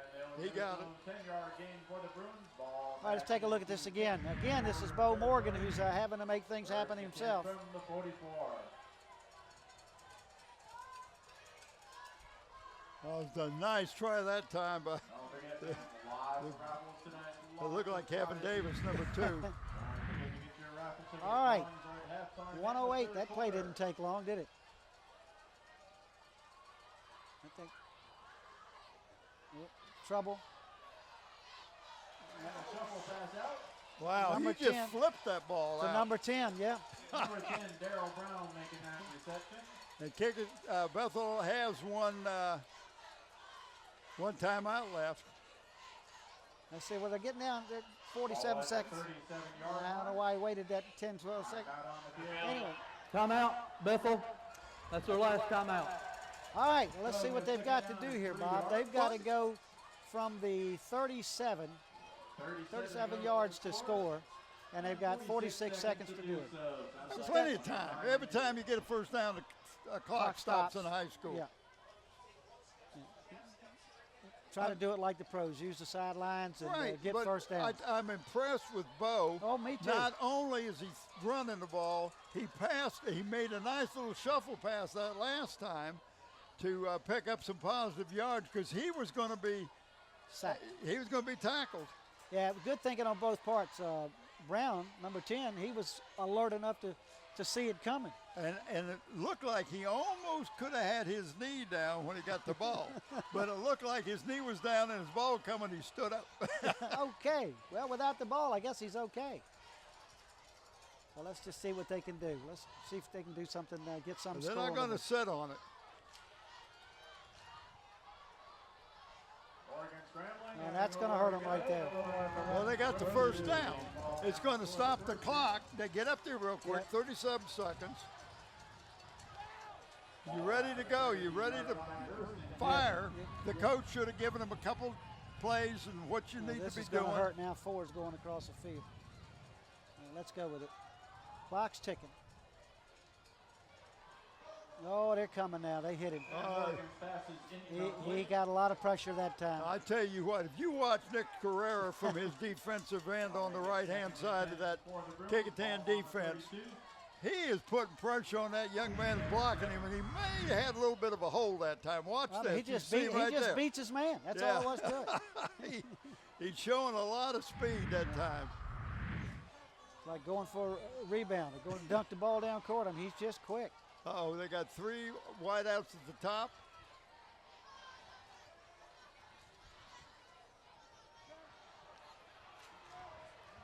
Well, he got it off. There's a man in the end zone. Too far anyway. He caught it, but he's out of the end zone. Threw it just a tad bit too far. A little bit late getting there because the defender was able to catch up. Yeah. He had his man beat. And if you look at Bo Morgan, he was under a lot of Yeah. pressure when he threw that ball. He had to find a spot to throw it from. And There he was did. a bunch He of just- people that didn't like him in the other spot. They don't like him? No, they're just being ugly. They're trying to stop him from doing what he wants to do. And so he, like you said, he had to find get away from some defense to get it off. Let's hear some noise. Well, send somebody. Morgan's pass again.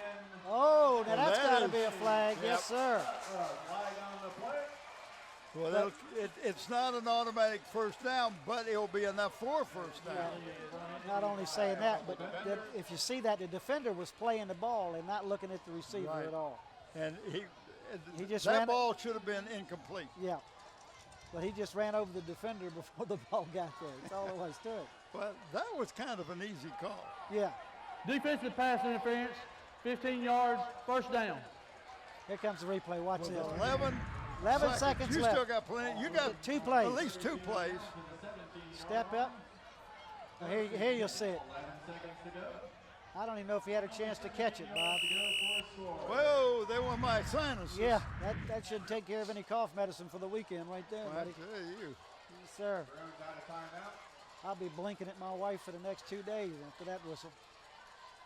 All right, let's see if he gets 2 shots. There it is. He took it way wide. Way wide. What? 6 That seconds only left. took 5. You see that a little bit wide for the receiver. We got our buddy Tim Ewing down there on the clock tonight. Yeah, Tim's been up here longer than the paint. He's here every game, every week. He comes down here sometime in the summertime and just sits here. Yeah. Hey, Frank, there's hey, our good buddy to see Frank. you, Frank. To be here, guys. You're awful quiet and soft, but I got to say, you are the best dressed stat man we've ever had. I tried to keep up with you, Brent, with the 3-piece suit last week. I had to go with the blazer today. Yeah, mine had a little bit more sorrow to it, but let me just say, I look down at you and it reminds me of sitting in the Commonwealth Attorney's office a lot. Some lawyer always asking me questions. So I appreciate you giving me all this information. It's awesome. Here we go. Could be the last play. That's going to be the last play. That's it. Into the second quarter. Into the first half of play here at Darling Stadium. So we have a halftime score of the Kecoughtan Warriors 27-6. Halftime. I would never expected that Kecoughtan would score that many times against the Bruin defense, because Bruin defense is a good defense. They're big kids on that team. Well, you got to talk about 2 of the scores. One was an interception and a run back. But still, their offense is clicking. They're moving the ball pretty much at will. I don't know how many stops. I think Kecoughtan may have been stopped twice. I'm not sure, but they sure went down the field the first time, and they were moving it the second time. Wouldn't have been for Savage's second interception that he kept driving. Well, guys, while we got a chance, Paul's down on the field talking to the band, I think. I don't know what he's doing. What you got for us, big guy? I just want to talk about the game itself so far. It's been an interesting game because the young kid, the quarterback for Bethel, Bo, he has really done a great job of taking command of this game in the second half and kind of turned the tide a little bit. Frank, what do you think about that? Frank? Well, it's been the Bo Morgan show for Bethel. He's got 50 yards on 6 carries tonight and 64 yards through the air. So Bo Morgan's running the show. But for Bethel, they've divided the carries evenly. Fugit with 8 carries for 75 yards, 3 touchdowns. Mitchell, 8 carries, 66 yards, and, of course, the long kickoff return. Yeah, I just want to correct you. That's Kecoughtan, not Bethel, but you're right. That was awesome. But when you have your special team score, you intercept the ball, you get points that way, and then that And I go back to that screen pass. It was a great call, but that kid's knee was down. We could see it on the thing. They gave him a touchdown. But you know and I know that you play into the whistle. If the whistle doesn't blow, you keep playing. Yeah, there's no spot on the stat sheet for a knee being down. Down on the field give with him that one play carry or where two. he was down on his knee. We gave him couldn't one see there whether he for was down 32 or not, but I will tell you this. Everybody on the field appeared to stop right down, and everybody on the sidelines figured he was down. The second thing I want to say is, on that 91-yard touchdown, I was trying to run down the field to get down in position when all of a sudden one word flashed through my mind. Flash, and that's where it went, right down the field, because it seemed like somebody whose name was Flash was running the ball. Well, here we are. We're closing out the first half of what we thought was going to be a better game, and I'm thinking it's going to be a better game the second half. Bethel showed some offense. 27-6. 27-6. We'll be right back with everybody in just a minute. Let's take it home.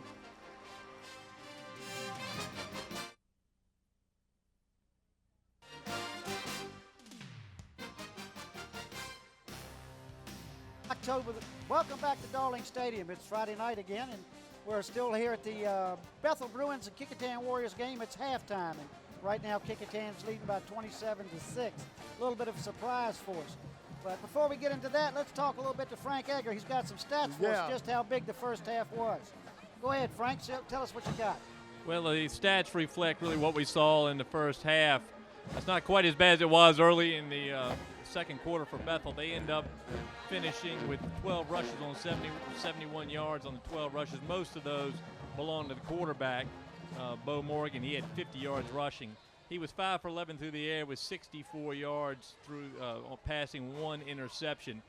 So Bethel recovered a little bit there in the second quarter. Right. For a Kecoughtan, another terrific night for the running back. 75 yards for Fugate and 3 touchdowns. 66 yards for Mitchell and a touchdown on the 91-yard return. Savage 5 for -15. He sacked several times there. And Granny had a carry for 4, 130 yards on the ground for the Warriors. And Savage through the air, 81 yards through the air, 8 for 12 with an interception. So a balanced attack from Kecoughtan and a one-man attack from Bethel tonight. Good. We're going to see some highlights that we had from the first half, some of the better plays that Krista Campbell put up for us. We want to show those now before we get into it. We got about a minute before the game. Well, thanks, Frank, for those stats. It's, like you said, it shows completely opposite plays for those two teams so far tonight. One team seems to be clicking pretty good. The other team's just trying.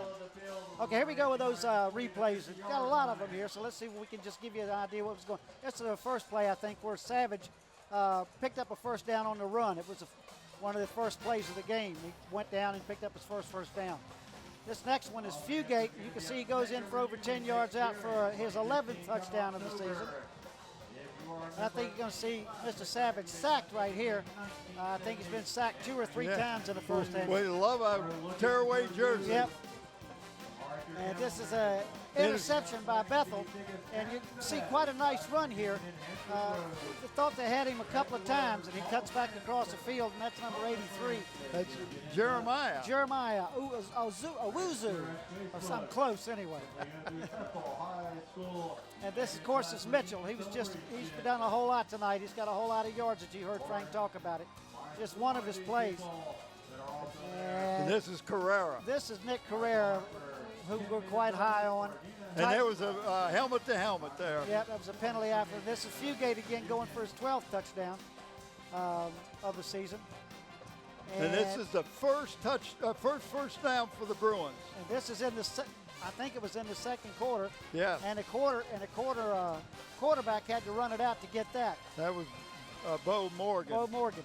And they was on another one. He picked up another first down. He picked up 50 yards in the first half. And this is that pass for the touchdown. That was a terrific touchdown, and that was to Chisley. And he just beat his man, and the pass was laid out there perfect. Now this is 91-yard run by Mr. Mitchell. Unbelievable. And like you can see, once he got it out in the open, nobody else did the But picture. he got great blocks at the point of contact, and he just followed his blockers. And here's Morgan again. Nice little dump pass off to number 18.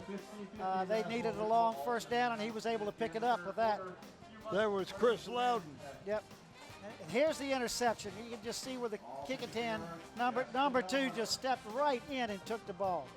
And for one block, he'd still be running. And here's the last play of the night, of course. This is Mr. Savage, little flip out to Fugate. Little discussion about whether he was down or not. We think he was, but the officials didn't blow the whistle, so that's his 13th touchdown of the season. That's a long touchdown. That's awesome. Well, that's pretty much our first half. Good job, Krista, and guys down in the truck. That was a great job. They do a great job on that. All right, we're just about ready for halftime. We got a minute before they're going to kick off. Kecoughtan will kick off to start the second half. The Bruins are going to receive. Bruins need to get positive yards, go down and score. They've got to score early, I think, to put pressure on the Kecoughtan Warriors. That, you know, both coaches went into halftime, and they made some adjustments. Kecoughtan's adjustments were going to be how we're going to make sure that Bo Morgan doesn't hurt us running. Bethel has to say how we're going to stop Fugate, how we're going to stop Mitchell, and let's put more pressure on Savage so he can't find open Carrera anymore. Well, Bethel had a lot to talk about. There's a lot of weapons that Kecoughtan seems to have working right now. Well, I also want to talk about our catering sponsor, the Grey Goose. They're located downtown Hampton, and they just do a great job. And if you're thinking about having a get-together or something, they will cater that thing. Will do a great job. And I'm talking about Phil and Dana Epstein, their owners down there, downtown Hampton. The phone number is 723-7987. That's the Grey Goose. And if you're looking for a nice lunch, just take the wife or your girlfriend, if your wife's not around, and go down there and have a nice lunch. They got some of the greatest meals you've ever had. I'm telling you what. And they're open till 3 o'clock, and I love their shows. Bob and I have both been to them, and we're going again. So if you get a chance, you want to have a nice little lunch, that's where you need to head to, the Grey Goose. The kickoff was taken at the 15-yard line. Put him out at the 30. Well, that's pretty easy. That's 15-yard return, right? Well, that's the way I work. I have to do that. Simple math is my game. Like you said, you're talking about Bethel. Bethel's got to come out and establish something right now. Yeah. And I don't care if it takes them 10 minutes to grind it out. They've got to get down. They've got to put some points on the board. But I'm anxious to see what Kecoughtan has done to stop the running of Bo Morgan. And Bo's running really jump-started his team. Yep. He got a great pass. He made a great touchdown, missed the extra point. But let's see what adjustment these coaches have done. I don't. There it is right there. Why not run that? Well, Morgan like kept it. But I was watching the middle linebacker stayed home, I thought, but he just stayed back 2 steps. Yeah, when Morgan came left, he was, he didn't come with him. Right, he's got to look at, he's got certain keys. Right. And his first key is that back coming through the line. If he doesn't get the ball, then he's got to hustle out and try to help stop Morgan. Watch the replay here. He just fooled everybody. Nobody was around. He needs to get a little lower before he gets hit. He's standing too straight. Well, at 6'6", it's hard to get, but so low. And he's still going. Look at here. That's number 9. That's who I was talking about. He just is. Quentin they Lee. couldn't see him. Quentin Lee is so strong. There were about 3 Warriors that had his hand on him. But this is what I'm talking about. Oh, we got a flag. We got an injured player down on the field. Let's look at this again. See if we can pick up where the flag came in, Bob. Now, he's in the crowd, and all of a sudden he just breaks out. Not wrapping up. Yep. I wonder if it's going to be it could be helmet 10, to helmet. Helmet to helmet. Well, number 77 for the Bruins is being helped off the field. He's a guard, Travis Maxwell. Personal foul, helmet contact against the defense, 15 yards, first down. And Travis Maxwell, young man, 6'1", 329. Yeah. He walked off on his own, which was great. Well, I'm glad nobody had to pick him up and carry him off of there. Well, no one person would have done it. That's why the ambulance is here. Come get that stretcher. 320 pounds. All right, well, Bethel has done just what they did on their first touchdown. They made their first touchdown in like 3 or 4 plays in a minute and 57 seconds, and they've moved the ball that quick from their own 30. Both teams have been charged with a personal foul, helmet to helmet tonight. 7 penalties for 55 yards against the Warriors. We got a flag in the backfield, and I'm not sure what that is.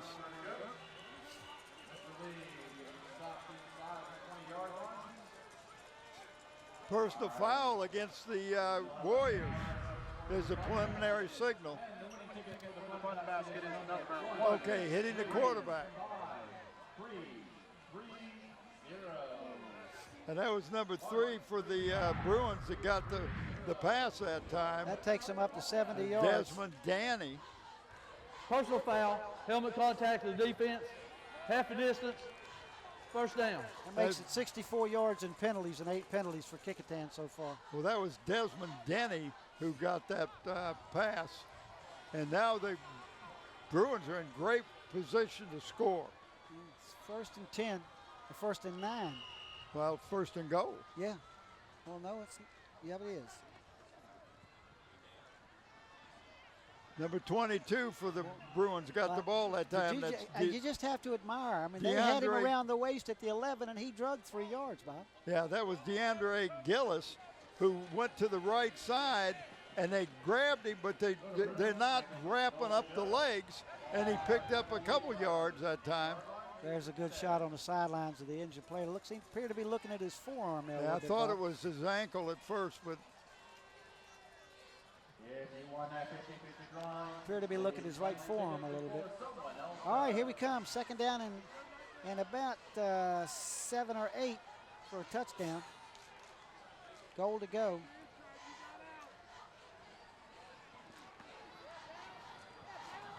oh, just a little high. And again, that was Ian Bell was the intended recipient of that pass. Brings up a 3rd. Good opportunity. That was a good opportunity. Yeah, because he had the inside. He looked left. He looked wide. There it is. And now. See, he had the position on number 2 for the Kecoughtan Warriors. That's Kevin Davis. Number 2 against number 2. This brings up 3rd down, I believe.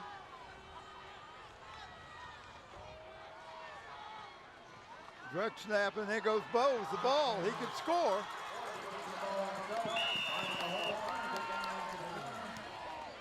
Okay, he put the ball out across the goal.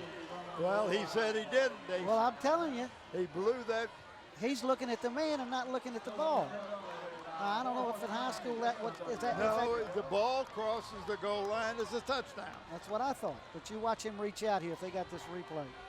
And Bo looks back like, what are you talking about? Well, maybe he thought he stepped out of bounds before he put the ball over. That's the only thing I can figure out. Timeout, Bethel. Now maybe we'll get a chance to see that Well, play. that's 4th down, so you got to get the touchdown here. Yeah, if we can see that. I saw Morgan a little just unhappy at the end. Now let's see, here he goes. You watch him take that ball in his right hand when he gets by 10. Watch this. He's at the 1. The ball is inside the pylon. They don't have replay in high school. No. Now, just to give you what Morgan's been doing for the team, he's got 8 carries for 70 yards and 2 for 20 in the second half. Well, and now you have to factor in how many yards he lost on sacks. Yeah. I mean, offensively, he's got more yards than that, but it doesn't come out that way. Let's see what they're going to do. Let's talk about this. And Bob. I think they're just going to go right up the gut. I don't think they're going to try to do anything, but as big as he is, go right over the top, right there, straight ahead. I don't know. You see anything from the officials? I don't see a move from the officials. They didn't give it to him. It sure looked like he got in there. Well, we can't see from this angle, and if Steve's not all the way down on the goal line. Lord. I got to tell you, let's just see. Should have had the touchdown on the last play. Well, you got, you know. Officials you got a better can't- view. I can't you guess can't it from see, here. You can't see the ball. Yeah, I can't see it from here. This game is also a school-sponsored event.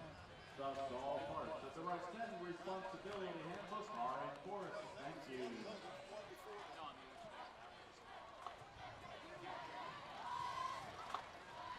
Well, here we go, 1st and 10. Kecoughtan got a long way to go, 99+ yards. Timeout, Kecoughtan. He was counting. Timeout. He was counting players, and I don't Kecoughtan. think he was happy. Grant, I want to talk about our cameras and our crew tonight. Cameras, Randy Bagoli, Susan Bowers, Ube Gabre, Steve Fryer. What a great job Look at these people are on the doing. ground pictures, Bob. These are those we do guys. it? Who's down on the ground? Steve Fryer and who else? Randy Bagoli. Aren't they on the ground? They're Look at down that. there on the field. Graphics and animation, Matt Buckwalder. Slow motion instant replay, Krista Campbell. What a great job that Yes, we sir. had on that Glad to have her back. halftime. Camera control operator Greg Lesko, who is also engineer. Chief engineer Don Trouse, who is also our director. Audio and does audio. John does a lot tonight. Executive producer Andy Foley, and of course Brent Musgrove. There's Good shot of Randy. Brent Musgrove up here with Frank Edgar doing stats, Paul Rowe on the field, and I'm Bob Hintz. You know what we haven't talked about? We're going to do players of. That's Randy's shot right there. We haven't talked about the player of the game and the T-shirts, of course, Yeah, brought to you by Tidewater Team Sports you. at over on Oyster Point Road. Of course, Dave Chubb and Terry McNamara, 5940411. They've got everything you want in sports needs. They embroidery. They can do sets of jerseys for you, whether you want inexpensive just for recreation basketball or whatever. Call these guys. They've been supporting Channel 5, Channel 29, Channel 48 for 46, years. whatever.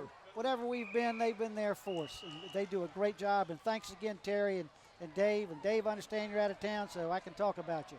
Good Well, ball. Thanks again, buddy. We appreciate it. We got to delay a game. They were trying to Delay get the game. Bruins Gets offense. to go offside. Let's see if he moves the football. He's got to Well, put it on the white well, line. You get 1 inch. That's what I'm saying. But I see what they're trying to do. trying Trying to to draw draw them them off. offside. Sure. You get 5 yards. The other way, you only get an inch. That's right. Good call. But you can give up 2 points real quick.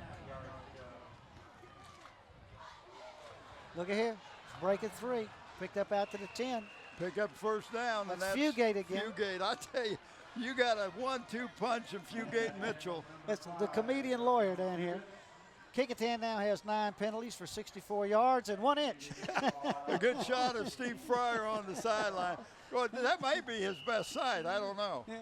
Well, I'm going to tell you what, those guys down on the field, the weather's not bad right now, but as the season moves along, and that is Steve's shot right there. It's his favorite shot. But I'm telling you what, those guys have been run over more than once down there. And that's Fugate Mitchell. again. That's Mitchell, I think, Oh, number that's 20. it is Mitchell. You're right. Uh, They're both about the same size, and they both run about the same. And you just have trouble catching them because they get behind the lineman, and you don't know where they're going. You know, there's runners, there's quickness, there's all kinds of runners we've seen over the years. Smart runners don't have to be the fastest guy or the quickest guy if they know how to use their block. That's right. And when the hole presents itself, they're gone. Now you look how many extra yards. He's in there among more green and yellow than anybody else on the field, and he's still picking up yards. Unless you're in Bethel's hub. Yeah, and he's still picking up yards. Picked up another first down. Yeah. That's 2 big first downs. You're on the 1 inch line. And what was that, Frank? That was a penalty? 69 yards and 1 inch in 9 penalties.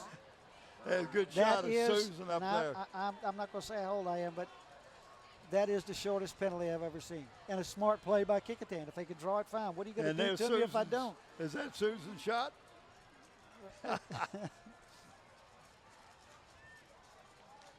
There it is to Carrera, that little hitch across the middle. You see that back step, pick up another 4 or 5 yards. And he knew he was going to get hit, put his head down, and drove for the extra yard and a half to make sure he got the first down. That's 3 straight first downs for the Warriors. Now, Bob, they tell me that this quarterback for Kecoughtan, they say he's 6'1". Let Yeah. me figure that out. I'm going to tell you what, now he's lost a few yards on that one tonight. That was out there to 24, the flanker. That was to Grandy, the #1 receiver in the district, by the way, is Grandy. Coming into tonight, he had 30 receptions. Well, the passes are being completed backwards. You want passes, but you want positive yards. You're going to try it again until you're going to do it until it gets right. And that was number 24. That was Grandy Keith again. Grandy, yes. And he's just a sophomore. And he's the leading receiver in the district. 5'9", 160. And they've got him and Savage both back next year. And they pretty good combination now. Yeah.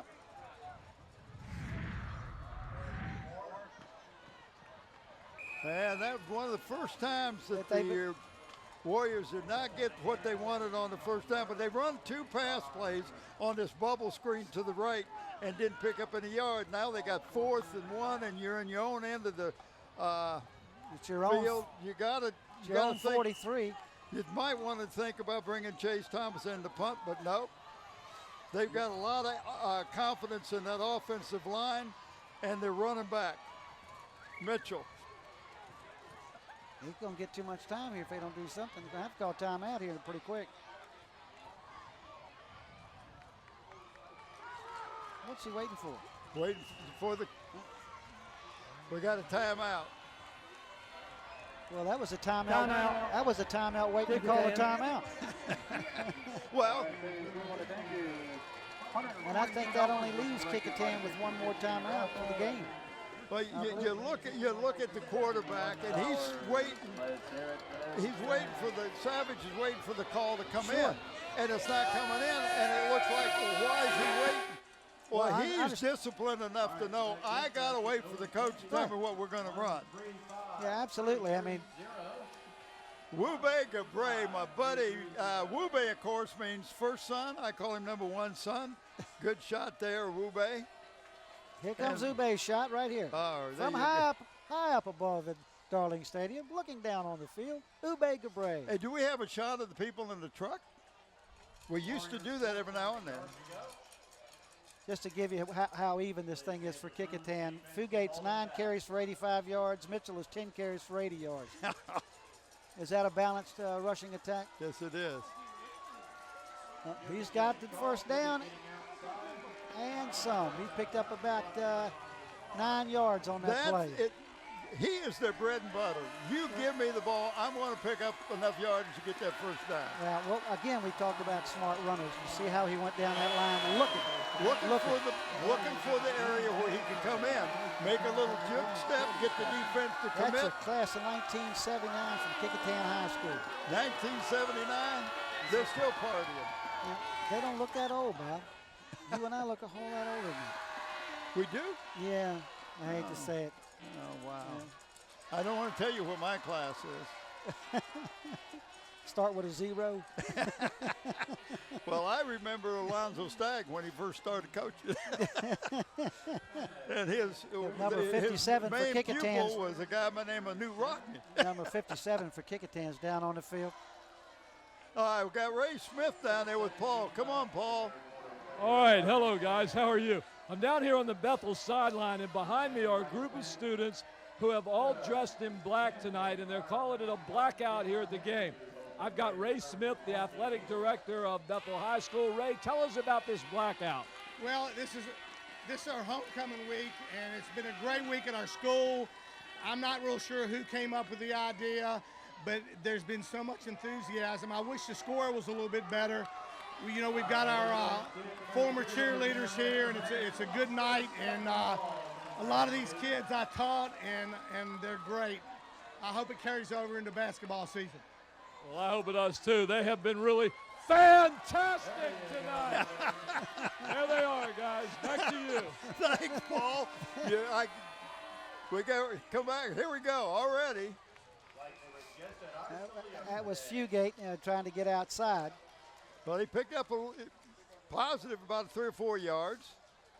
Well, Paul always has a tough job, You're looking around and people always smiling. Paul's always smiling. As long as we don't let him sing, we're okay.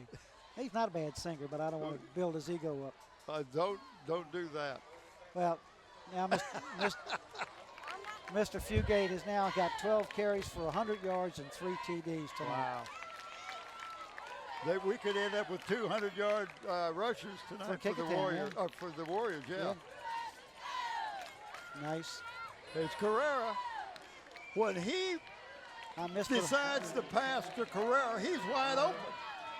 Watch this. I don't know if they got a replay, but I was watching Carrera come off that line. He finds the open spot. Here's a replay on it right now. See if we got the whole. It's come right at you, folks. There, he just went by you. Then right there, picks up another 5-7 yards after the catch. I'm gonna tell you, it takes a special receiver to catch that ball across the middle. Prior to the snap, false start, offense. Another 5-yard penalty. Well, I'm not sure what Kecoughtan is trying to do with that bubble screen. They have only had one play out of about 7 passes for the double screen that resulted in positive yards. That ball was almost intercepted. Yeah. And if you intercept a bubble screen, you go. Adios. It's to the house. Well, they're trying to get it out. Let's just see how this works. I See like him the take way his cut. Look at it. He's still fighting. I love the way he makes the moves. And he sets up the blockers so good. Carrera, 3 catches for 44 yards over the middle. And all of them been first downs. Have been what I'd call an out pass. In other words, I need 7 yards, I need 10 yards, bang, right there. Watch the replay here. This is Fugate. He Take just it in. looks for the spot right there. He's always moving, always thinking, try not to let you get a solid hit on him. That was a nice tackle by the Bethel Bruins right there. They wrapped him up, and they did a good job. There's a little flip out. Good idea. Pick up 5 yards. Pick up the first down. I don't know if he did This could be a 99 and 11-inch drive. But we know where that is. That's a record you don't want to put up on your defensive stats, do you? Oh, man. But I'll tell you what, Kecoughtan's running a controlled, managed offense, play by play. Look at that. Boom. Carrera again, across the middle. He finds the open spot, is what I like. Yeah. And Savage is patient enough to hit him in it. You gotta love the way how smart these guys are. Everybody thinks dumb football players. These are intelligent young men who have done well academically and have taken that intelligence onto the football field. I've said this before. When I saw him play the first time, this young man Savage last year impressed me.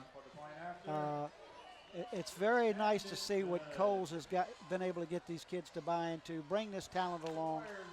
It's just been a real joy to watch this from last year, to watch this thing develop, Bob. 99 yards, 11 inches.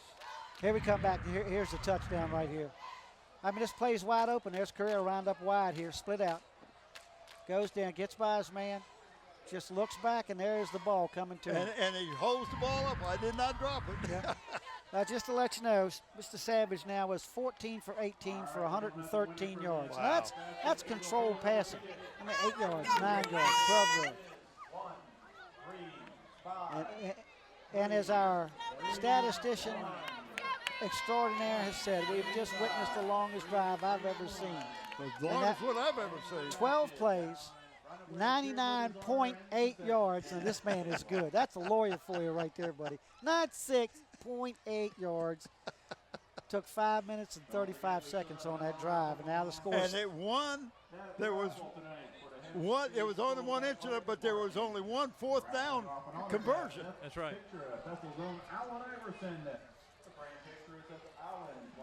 Okay, guys, we'll go down to the field. Paul, what you got for us? Well, I've been listening to you guys talk about the 99 and 8 inches or something, and yard-and-a-half penalty. What you don't understand was just before Kecoughtan called that play where they had the penalty, Fugate must have said something like, guys, I need to get back another half inch before I start my run just to get some extra power. And once he did that, he was clear and open. He was able to get the yardage. And then you saw that controlled offense all the way down the field. Once again, the great maturity of that young kid, Savage, as he led the Warriors 99 yards for a touchdown. Well, what he was trying to do, Paul, he was trying to draw him offside, get a quick 5-yard penalty on him. They wouldn't come offside. Yeah, we kept saying, you know, guys, they're not coming offside, so why don't you run the play? But that's when I think Fugate said, wait a minute, I need to get back just a little bit more. So hold tight here. Thanks, I Paul. wasn't comfortable. It was a little dip there in the sod. Yeah, and by the way, just for what it's worth, just my opinion, we were down here when Bethel was running for the touchdown, and you saw Bo extend the ball from where I was. It looked like he was out of bounds before he crossed the goal line. However, on the touchdown, in my eyes, it looked like he was in from here. So who knows? The referee's got a better view than we do. Well, we got a chance at a second replay, and like you said. But what he did that time is when he was reaching up to knock the ball down, he put his hand on the offensive player and pushed him out of the way. That's why there's a defensive pass interference call. And that'll be 15 yards from the line of scrimmage. Yeah, let's see that if you've got it again. Defensive pass interference, 15 yards, first down. Here we go. Let's see this is what he's talking about. You'll see where the man put his hand on the receiver. Good pass. I say you'll see it. Now, we got there late. But it was a good idea. Just wanted to see that football bouncing around because we hadn't had a chance to see that yet. And here we go. 1st and 10 for the Bruins.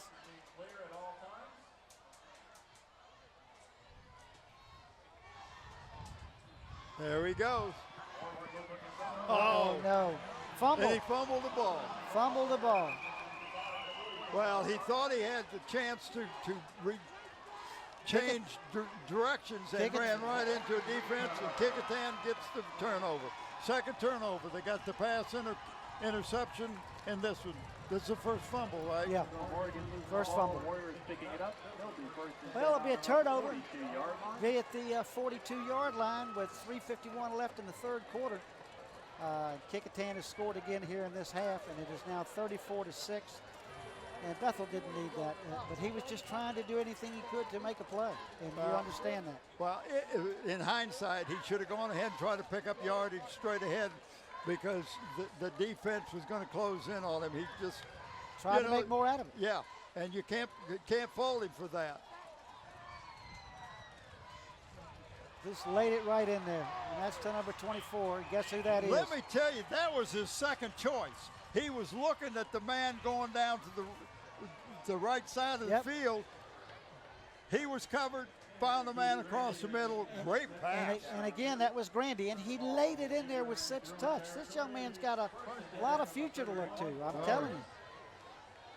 He's got a lot of future. Right now, there was a young man that came out of Phoebus that went to Clemson.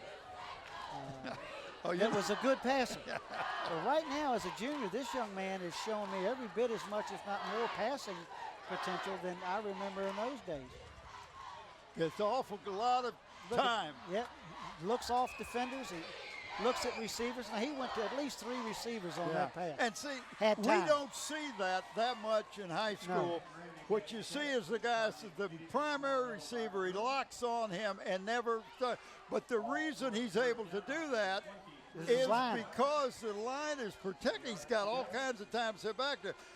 And Jerry Saunders, let's go do an interview. Yeah, if you watch this at home, Jerry, Bob's been talking to you. I'm not going to ask you anymore. Going to come by your front porch and interview your wife, okay?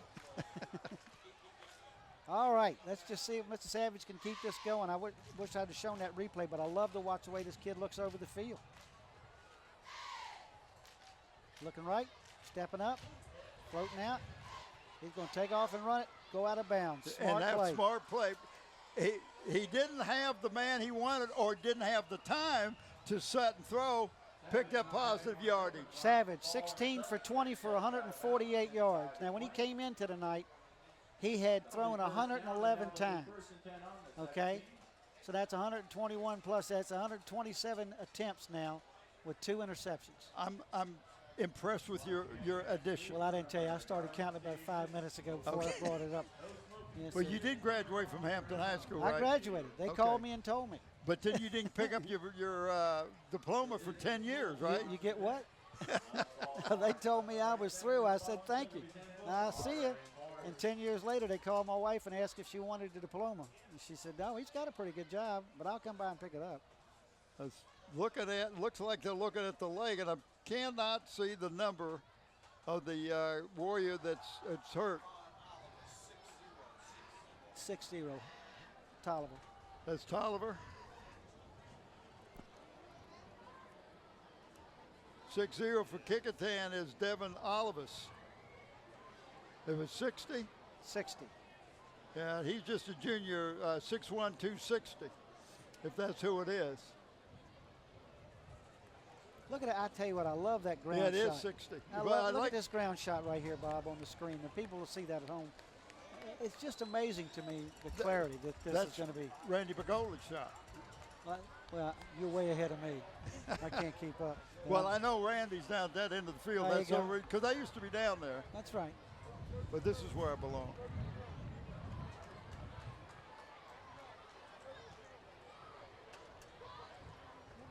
How many catches? All right, we're coming back. Glad to see the young man to walk off on his own. Maybe just a little bruise or something. Savage is back on the pass again. Throwing Got long a for the man. corner. And pass intended to the corner in the end zone. Well, I tell you, number 90 had as good a shot at that ball as he did. Number 90, that's Josh Owusu. Owusu. Watch this replay. He did a great job because the ball is up in the air a long time. So he got a great job to come over, and you can see he had as good a chance to go. And that's what makes a good defensive player. I'm going to try to catch it too. But I'm not going to let you have it. Right. But you know You're what? not going to get it. You got to give Fugate some credit on that too, because like you said, Bethel had a shot at that ball. Nobody came down with it. If he didn't get it, nobody got it. Yep. There's Mitchell with the ball. He's trying to round the corner. And he went down because he got tripped up on the cut. On the cut. That was Ian Bell. Great job. I tell you, we've got to be thinking about players of the game, but this is going to be tough. Well, Mitchell. David Chubb is good. He's out of town, you said. Yep. We can talk about him. All right, what do we got? We got 3rd and 6. They're going to pass. Yeah, he is going to pass. And guess who? Carrera. And Carrera gets in the end zone. He just would not be denied. He's not going to stop. That's his second touchdown, right? Yeah, I think so, and it's his 5th reception for Kecoughtan. Okay.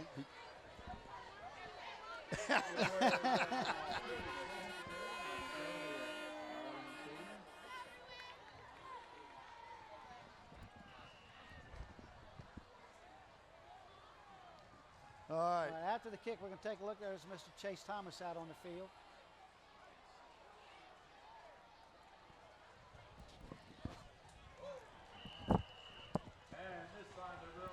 Boy, they got in on that thing. They were there quick. Everybody got there with the ball. The ball got there and everybody else was there. Well, I think we're still in the 3rd quarter. Yep. Here we go. Let's take a look at this touchdown. You'll see He was not going to be denied. Nice pass right there. Boom. He's hit head up. Not yet. Boom. 2 people have got him, and he is just going to take him into the end zone. He just showed some strength. Good Lord. Right there. And that's what makes him a great basketball player, too. Yeah, he gets the hand on the ball. You're not going to get the ball away from him. And he plays as good a position in basketball as anybody I've seen at 6'3" in a long time. That drive, Bob, 6 plays, 58 yards in 2 minutes and 19 seconds. So we have a turnover for a touchdown. We had 2 turnovers for touchdowns, Yeah, right? correct. They ended up getting touchdowns off of And a kickoff return. the special teams. Doing a job, or the defense is doing Well, it. he's got this young Mr.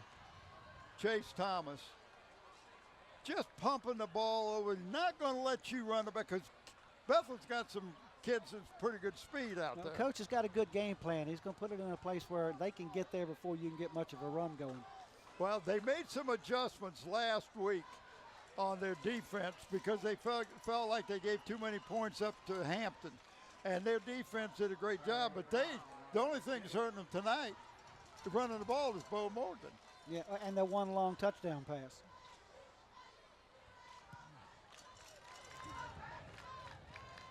Caught at about the 21. Oh, wow.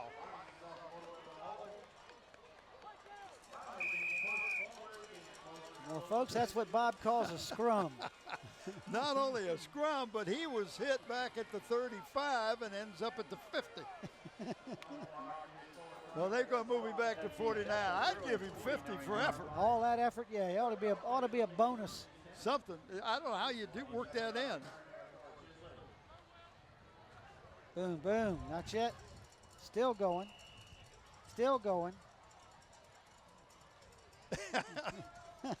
Give him that extra yard. Give him that 50-yard line. It's absolutely amazing. And he was not ready to go down, buddy. But Well, everybody's hitting him high. Yeah. Nobody's taking his legs out from under him. Yeah. 1:18 to go in the third quarter. Bethel trailing Kecoughtan 40-6. And there's the first sack for number 72 for the Kecoughtan Warriors, and that's Chris Pauling. And Chris has been with Coach Coley for 4 years, been Yep. a starter for 4 years. I think you might have 12th grade, 5'11", 280. you paid attention. Yeah, Kecoughtan's front four didn't come flying in that time. They more or less held their position. The only one that really went hard was Carrera. If you look at Yeah, number 6, but the other he is guys he's held- making that guy work. Yeah, but the other guys held their holes. I mean, didn't give them any play. Instead of everybody getting spread out, they're forming a defensive line. So perhaps Morgan don't get as much room to run. Oh, nice run. Oh, Stood him straight up. was that a penalty? I don't see do you see a flag? Yeah. It looks like holding. Is it holding or helmet to helmet? No, held it.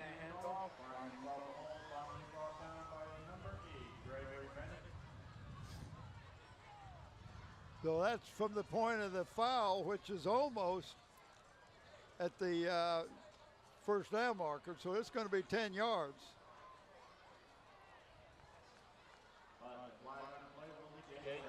Holding, you're in the run, 10 yards, replay second. Oh, that hurt Bethel a little bit. That moves them back. It's going to make it 2nd and 20 now. The ball will be back up for the Bruins, 39-yard line. Second down and 20.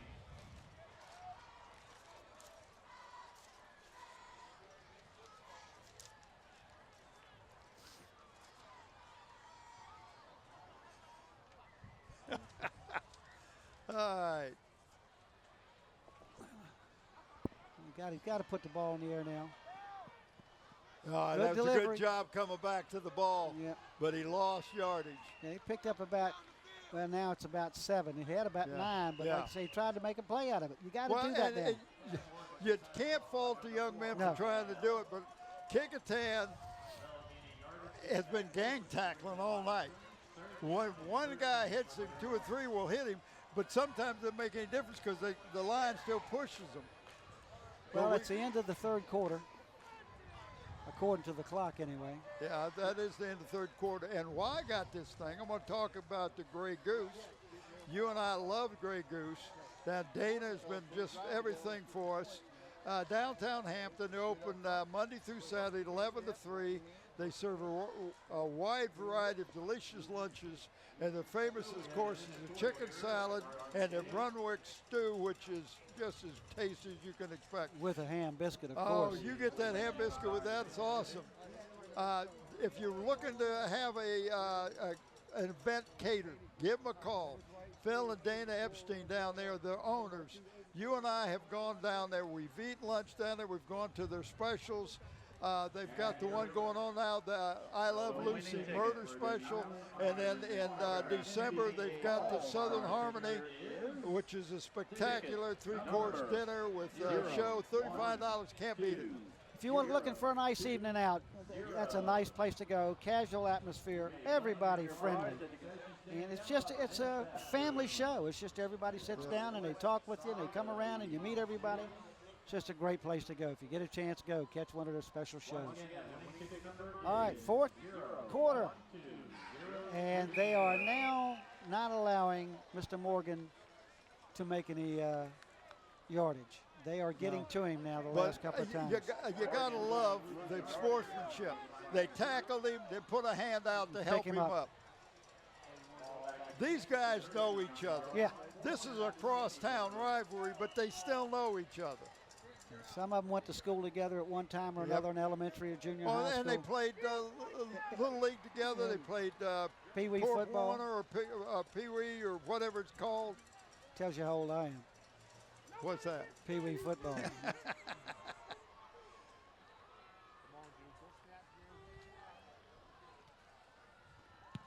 Boy, they almost come got close. to it. That ball went straight up in the air, and it's bouncing back. Kicker went down like he was hurt, but I didn't see anybody hit him. I didn't see any But contact. he may have come down awkward, thinking he was going to get hit. Yeah, he may have tried to avoid it and hurt himself. Yeah. And he may have been hit. We just didn't see it. There have been a few missed calls, I'm suggesting, tonight. But And that's Chase Deaton. yeah, they don't need to get him hurt.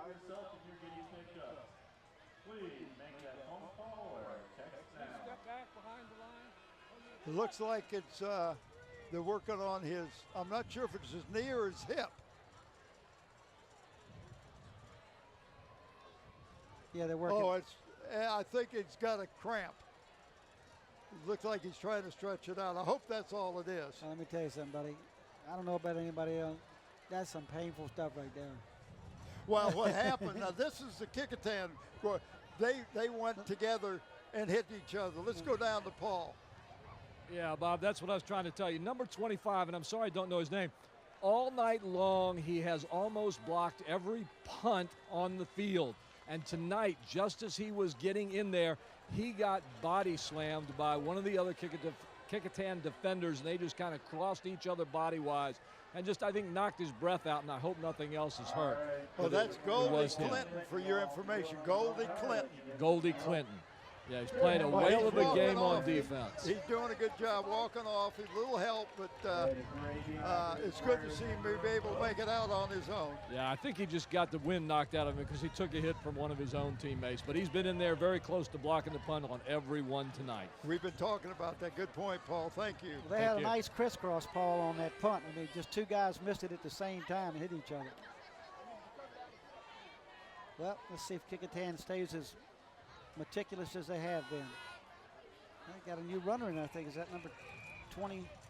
Or is that Mitchell? I can't tell. I couldn't tell. I lost the number on that one. That's what I thought. It was a new player. Run the ball that time. Yeah, that was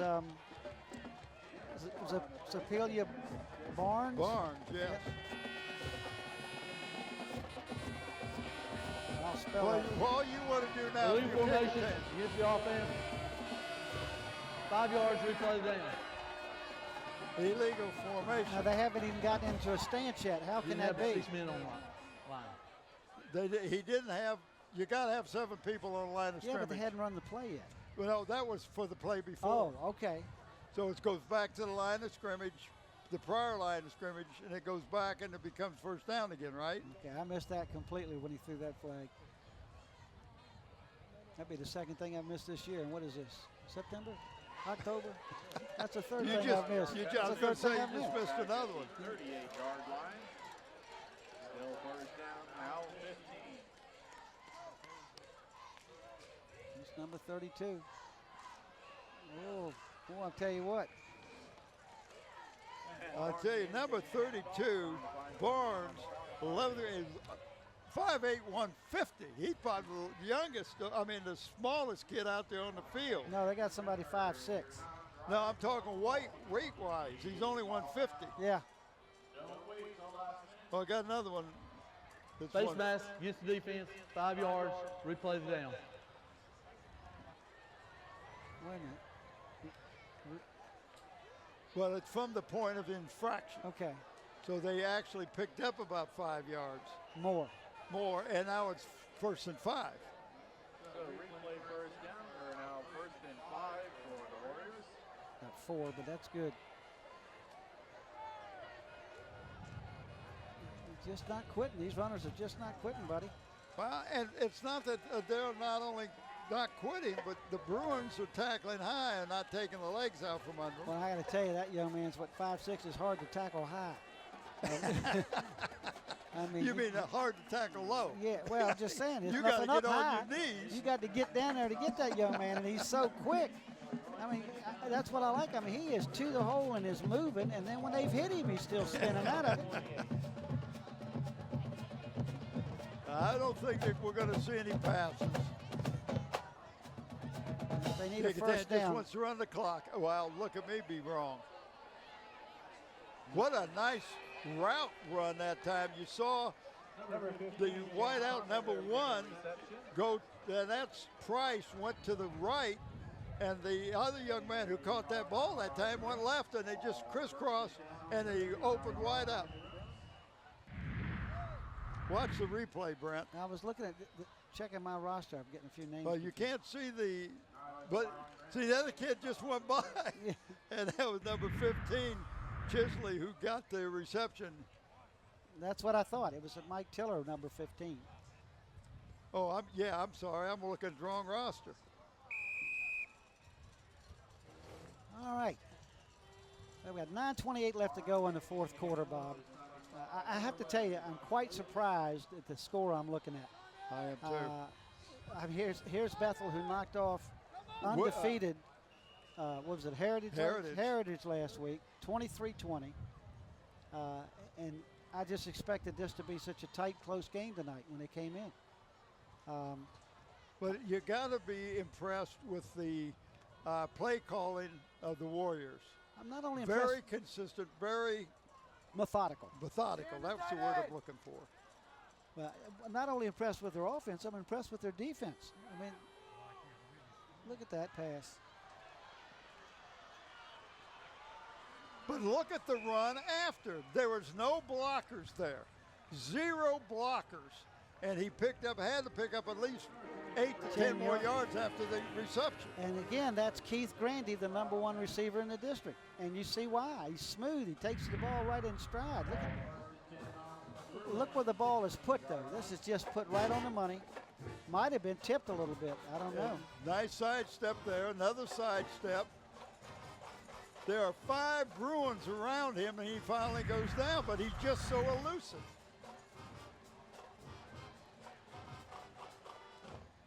Well, one way you keep Bethel from scoring is you stay on the field all night, and it's just that simple. You keep your offensive there, and that's what they've done.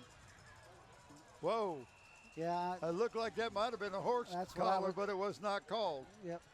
I have to see that a little closer because it sure looked like they grabbed him from behind. Well, you grab the jersey, you just can't grab it around the neck. Can't grab the collar and stuff. Lost a couple yards.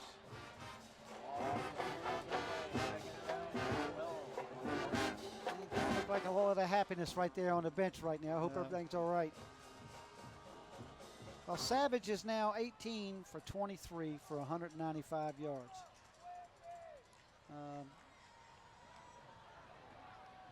That's 129 attempts this year with 2 interceptions. Wow. And what has he thrown? 4 more TVs tonight. at least He's 4. He's 2 to Carrera that I know of. One. One to Fugate, I think, or 2. I'm not sure. But anyway. I know Fugate got one. He came in leading the district Savage, leading the district in Well, he with didn't 15 have done TDs. anything to hurt his stats. He's got at least 18 or 19 now throwing TDs this season. This will bring up the first 4th down in a long time for the Warriors. And I think they're going to bring Chase Thomas out. So give him a chance. Yeah, let's kick a field goal. So that's going to make it 28-yard. 28-yard field goal attempt, I think, Bob. Is about what it's going to be. If you had to.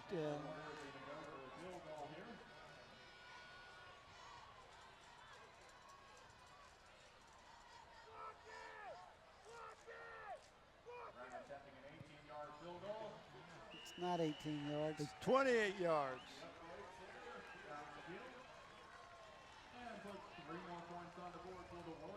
Well, that's a sad little spike to put into this thing. I mean, Kecoughtan has shown every way you want to score. They've scored it tonight, offense, defense. Well, not only that, they special teams. Yeah.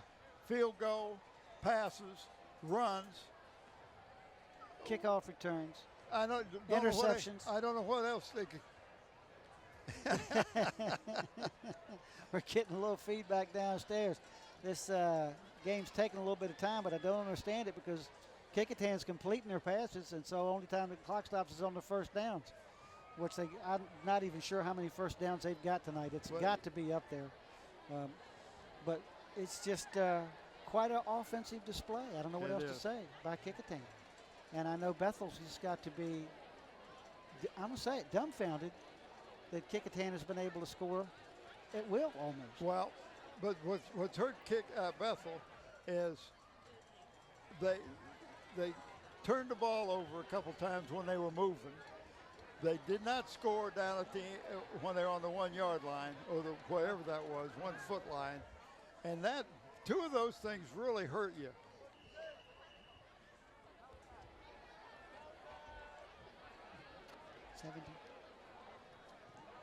Right now, Kecoughtan has 17 first downs for the evening. That was number 15 who bobbled it a little bit, was smart enough to recover it.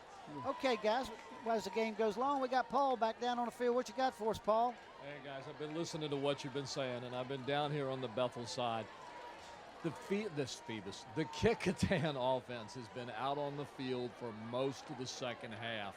And on the sideline, you can see it in the Bethel players. They look tired. They look real tired. You can't stay out there on defense the whole time that Kecoughtan has the ball, minute after minute, play after play, and not get tired after a while. And after a while, that just leads into something that you don't want to accept, and that is that you're not going to do well. Yeah, I think you summed it up pretty well, Paul. Thank you. You're down there on that sideline, and you can see not a whole lot of spirit down there right now. Well, we'll get you. Well, it's 5:11 left to go, Bob, and we've talked about players of the games. I think we have some ideas. Move it back and forth. First, let me say this, if you will. We again like to thank Terry McNamara and Dave Chubb at Tidewater Team Sports because they've been supplying these jerseys for the players of the game for years. And what Bob and I do, or the other announcers do, they select these players. And Dave, and it doesn't mean the other players. There's not other people that would deserve it also. We try to spread it around so one person doesn't get 9 of them. We get to the playoffs, we start over again. But my point being is that Dave Chubb and Terry McNamara have been doing this for a long time, and we really do appreciate it. So if you need anything in a sporting way or paraphernalia or a thing like that, give them a call at 594-0411. Go ahead and see them on Oyster Point Boulevard. They do the spring printing, they do the embroidery, they do all kinds of stuff. And I'm going to tell you right now, we're going to go with the player of the game. I'm going with the Bethel Bruins. I'm going to go with Bo Morgan. Well, watch this replay. And this is a great run. This time by number 22, and that's Gillis, DeAndre Gillis. I think that's the longest offensive play other than the pass that they've had tonight. Yeah. But Bo Morgan. Bethel didn't start doing anything till Morgan started running the ball. He jump-started them, and it's done a great job. And to me, player of the I game. think you're absolutely right. Okay. Is Bo Morgan. And the other Kecoughtan. Prior to snap, encroachment on the defense. There's so 5 many. yards. There's so many replay ways down. we could go. And last time we gave it, when Kecoughtan played Hampton, we gave it to Mitchell, the running back, over 200 yards that night. Tonight, we're gonna go with Mr. Savage, the quarterback. There's no doubt about it. He deserves it. And Fugate could just as well get it. But Mr. Savage has directed this offense from one end of the field to the other. Very calm, put the ball on the money, done everything you can ask a high school quarterback to do, and much, much more. It's quite a professional We're going showing. with both quarterbacks tonight. And that's where we are. We're going with Morgan for Bethel and Savage for Kecoughtan. Kecoughtan tonight, even with all the yardage they've piled up and with all the points they put on the board, they've had 12 penalties.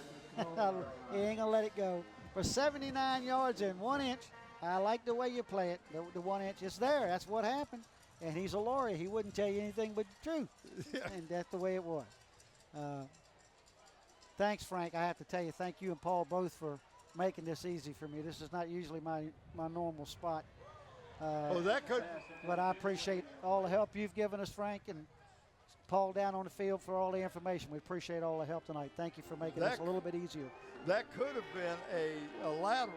I wasn't sure. I couldn't see the angle of the pass, but it went out of bounds, but they said incomplete pass. We've watched that a couple of times this year, both from Quillen and from Savage in different games, and it's all been awful close there a couple of times. Well, that time it was Bo Morgan throwing it. Yep. And just overthrew him, but I couldn't tell if it was forward or lateral.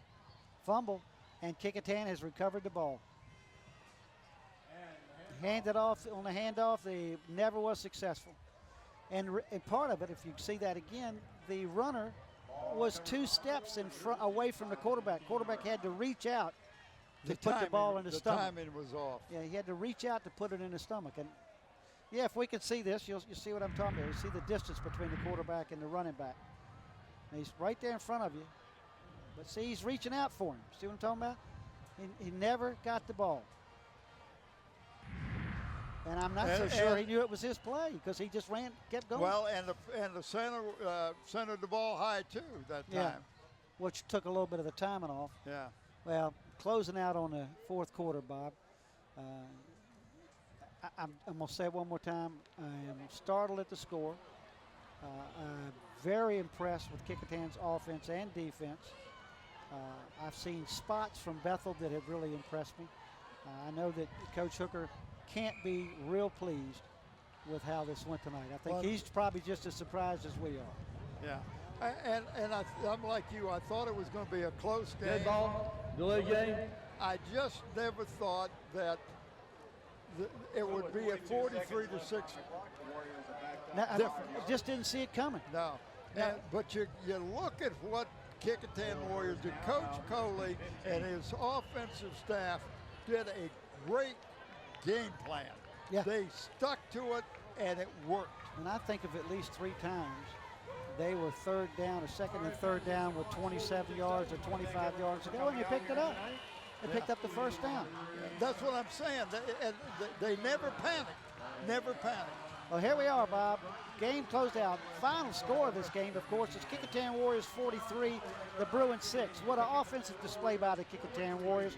And ladies and gentlemen, thank you for tuning in to LSC. It's been a great night for Bob and I, and I'm going to turn it over to my friend Bob to let everybody know who's been here and helped us out tonight. And thank y'all for putting up with us. I want to thank our crew. And there's a good shot of Brent right there. We got Frank up here with us doing the stats, Paul down on the field. This is a great crew. The camera people, the people in the truck. We need to get a camera in the truck so we can see who these people are we talk about. Don Shiraz, Greg Lesko, Krista Campbell, Andy Foley, Matt Buckwalter.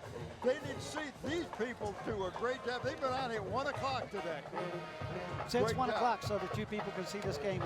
And, And don't forget our camera people. Yep. Steve Fry and Andy Bagoli on the sideline, Susan Bowers and Wu Baker Bray up in the stands. And let me give one And one more shout out. Thanks to both coaches for helping us out during the week. And ladies and gentlemen, that's it from Darling Stadium. For October the 3rd, 2014, it was the Kecoughtan Warriors 43 and the Bethel Bruins 6. Thanks for joining us. See you next time.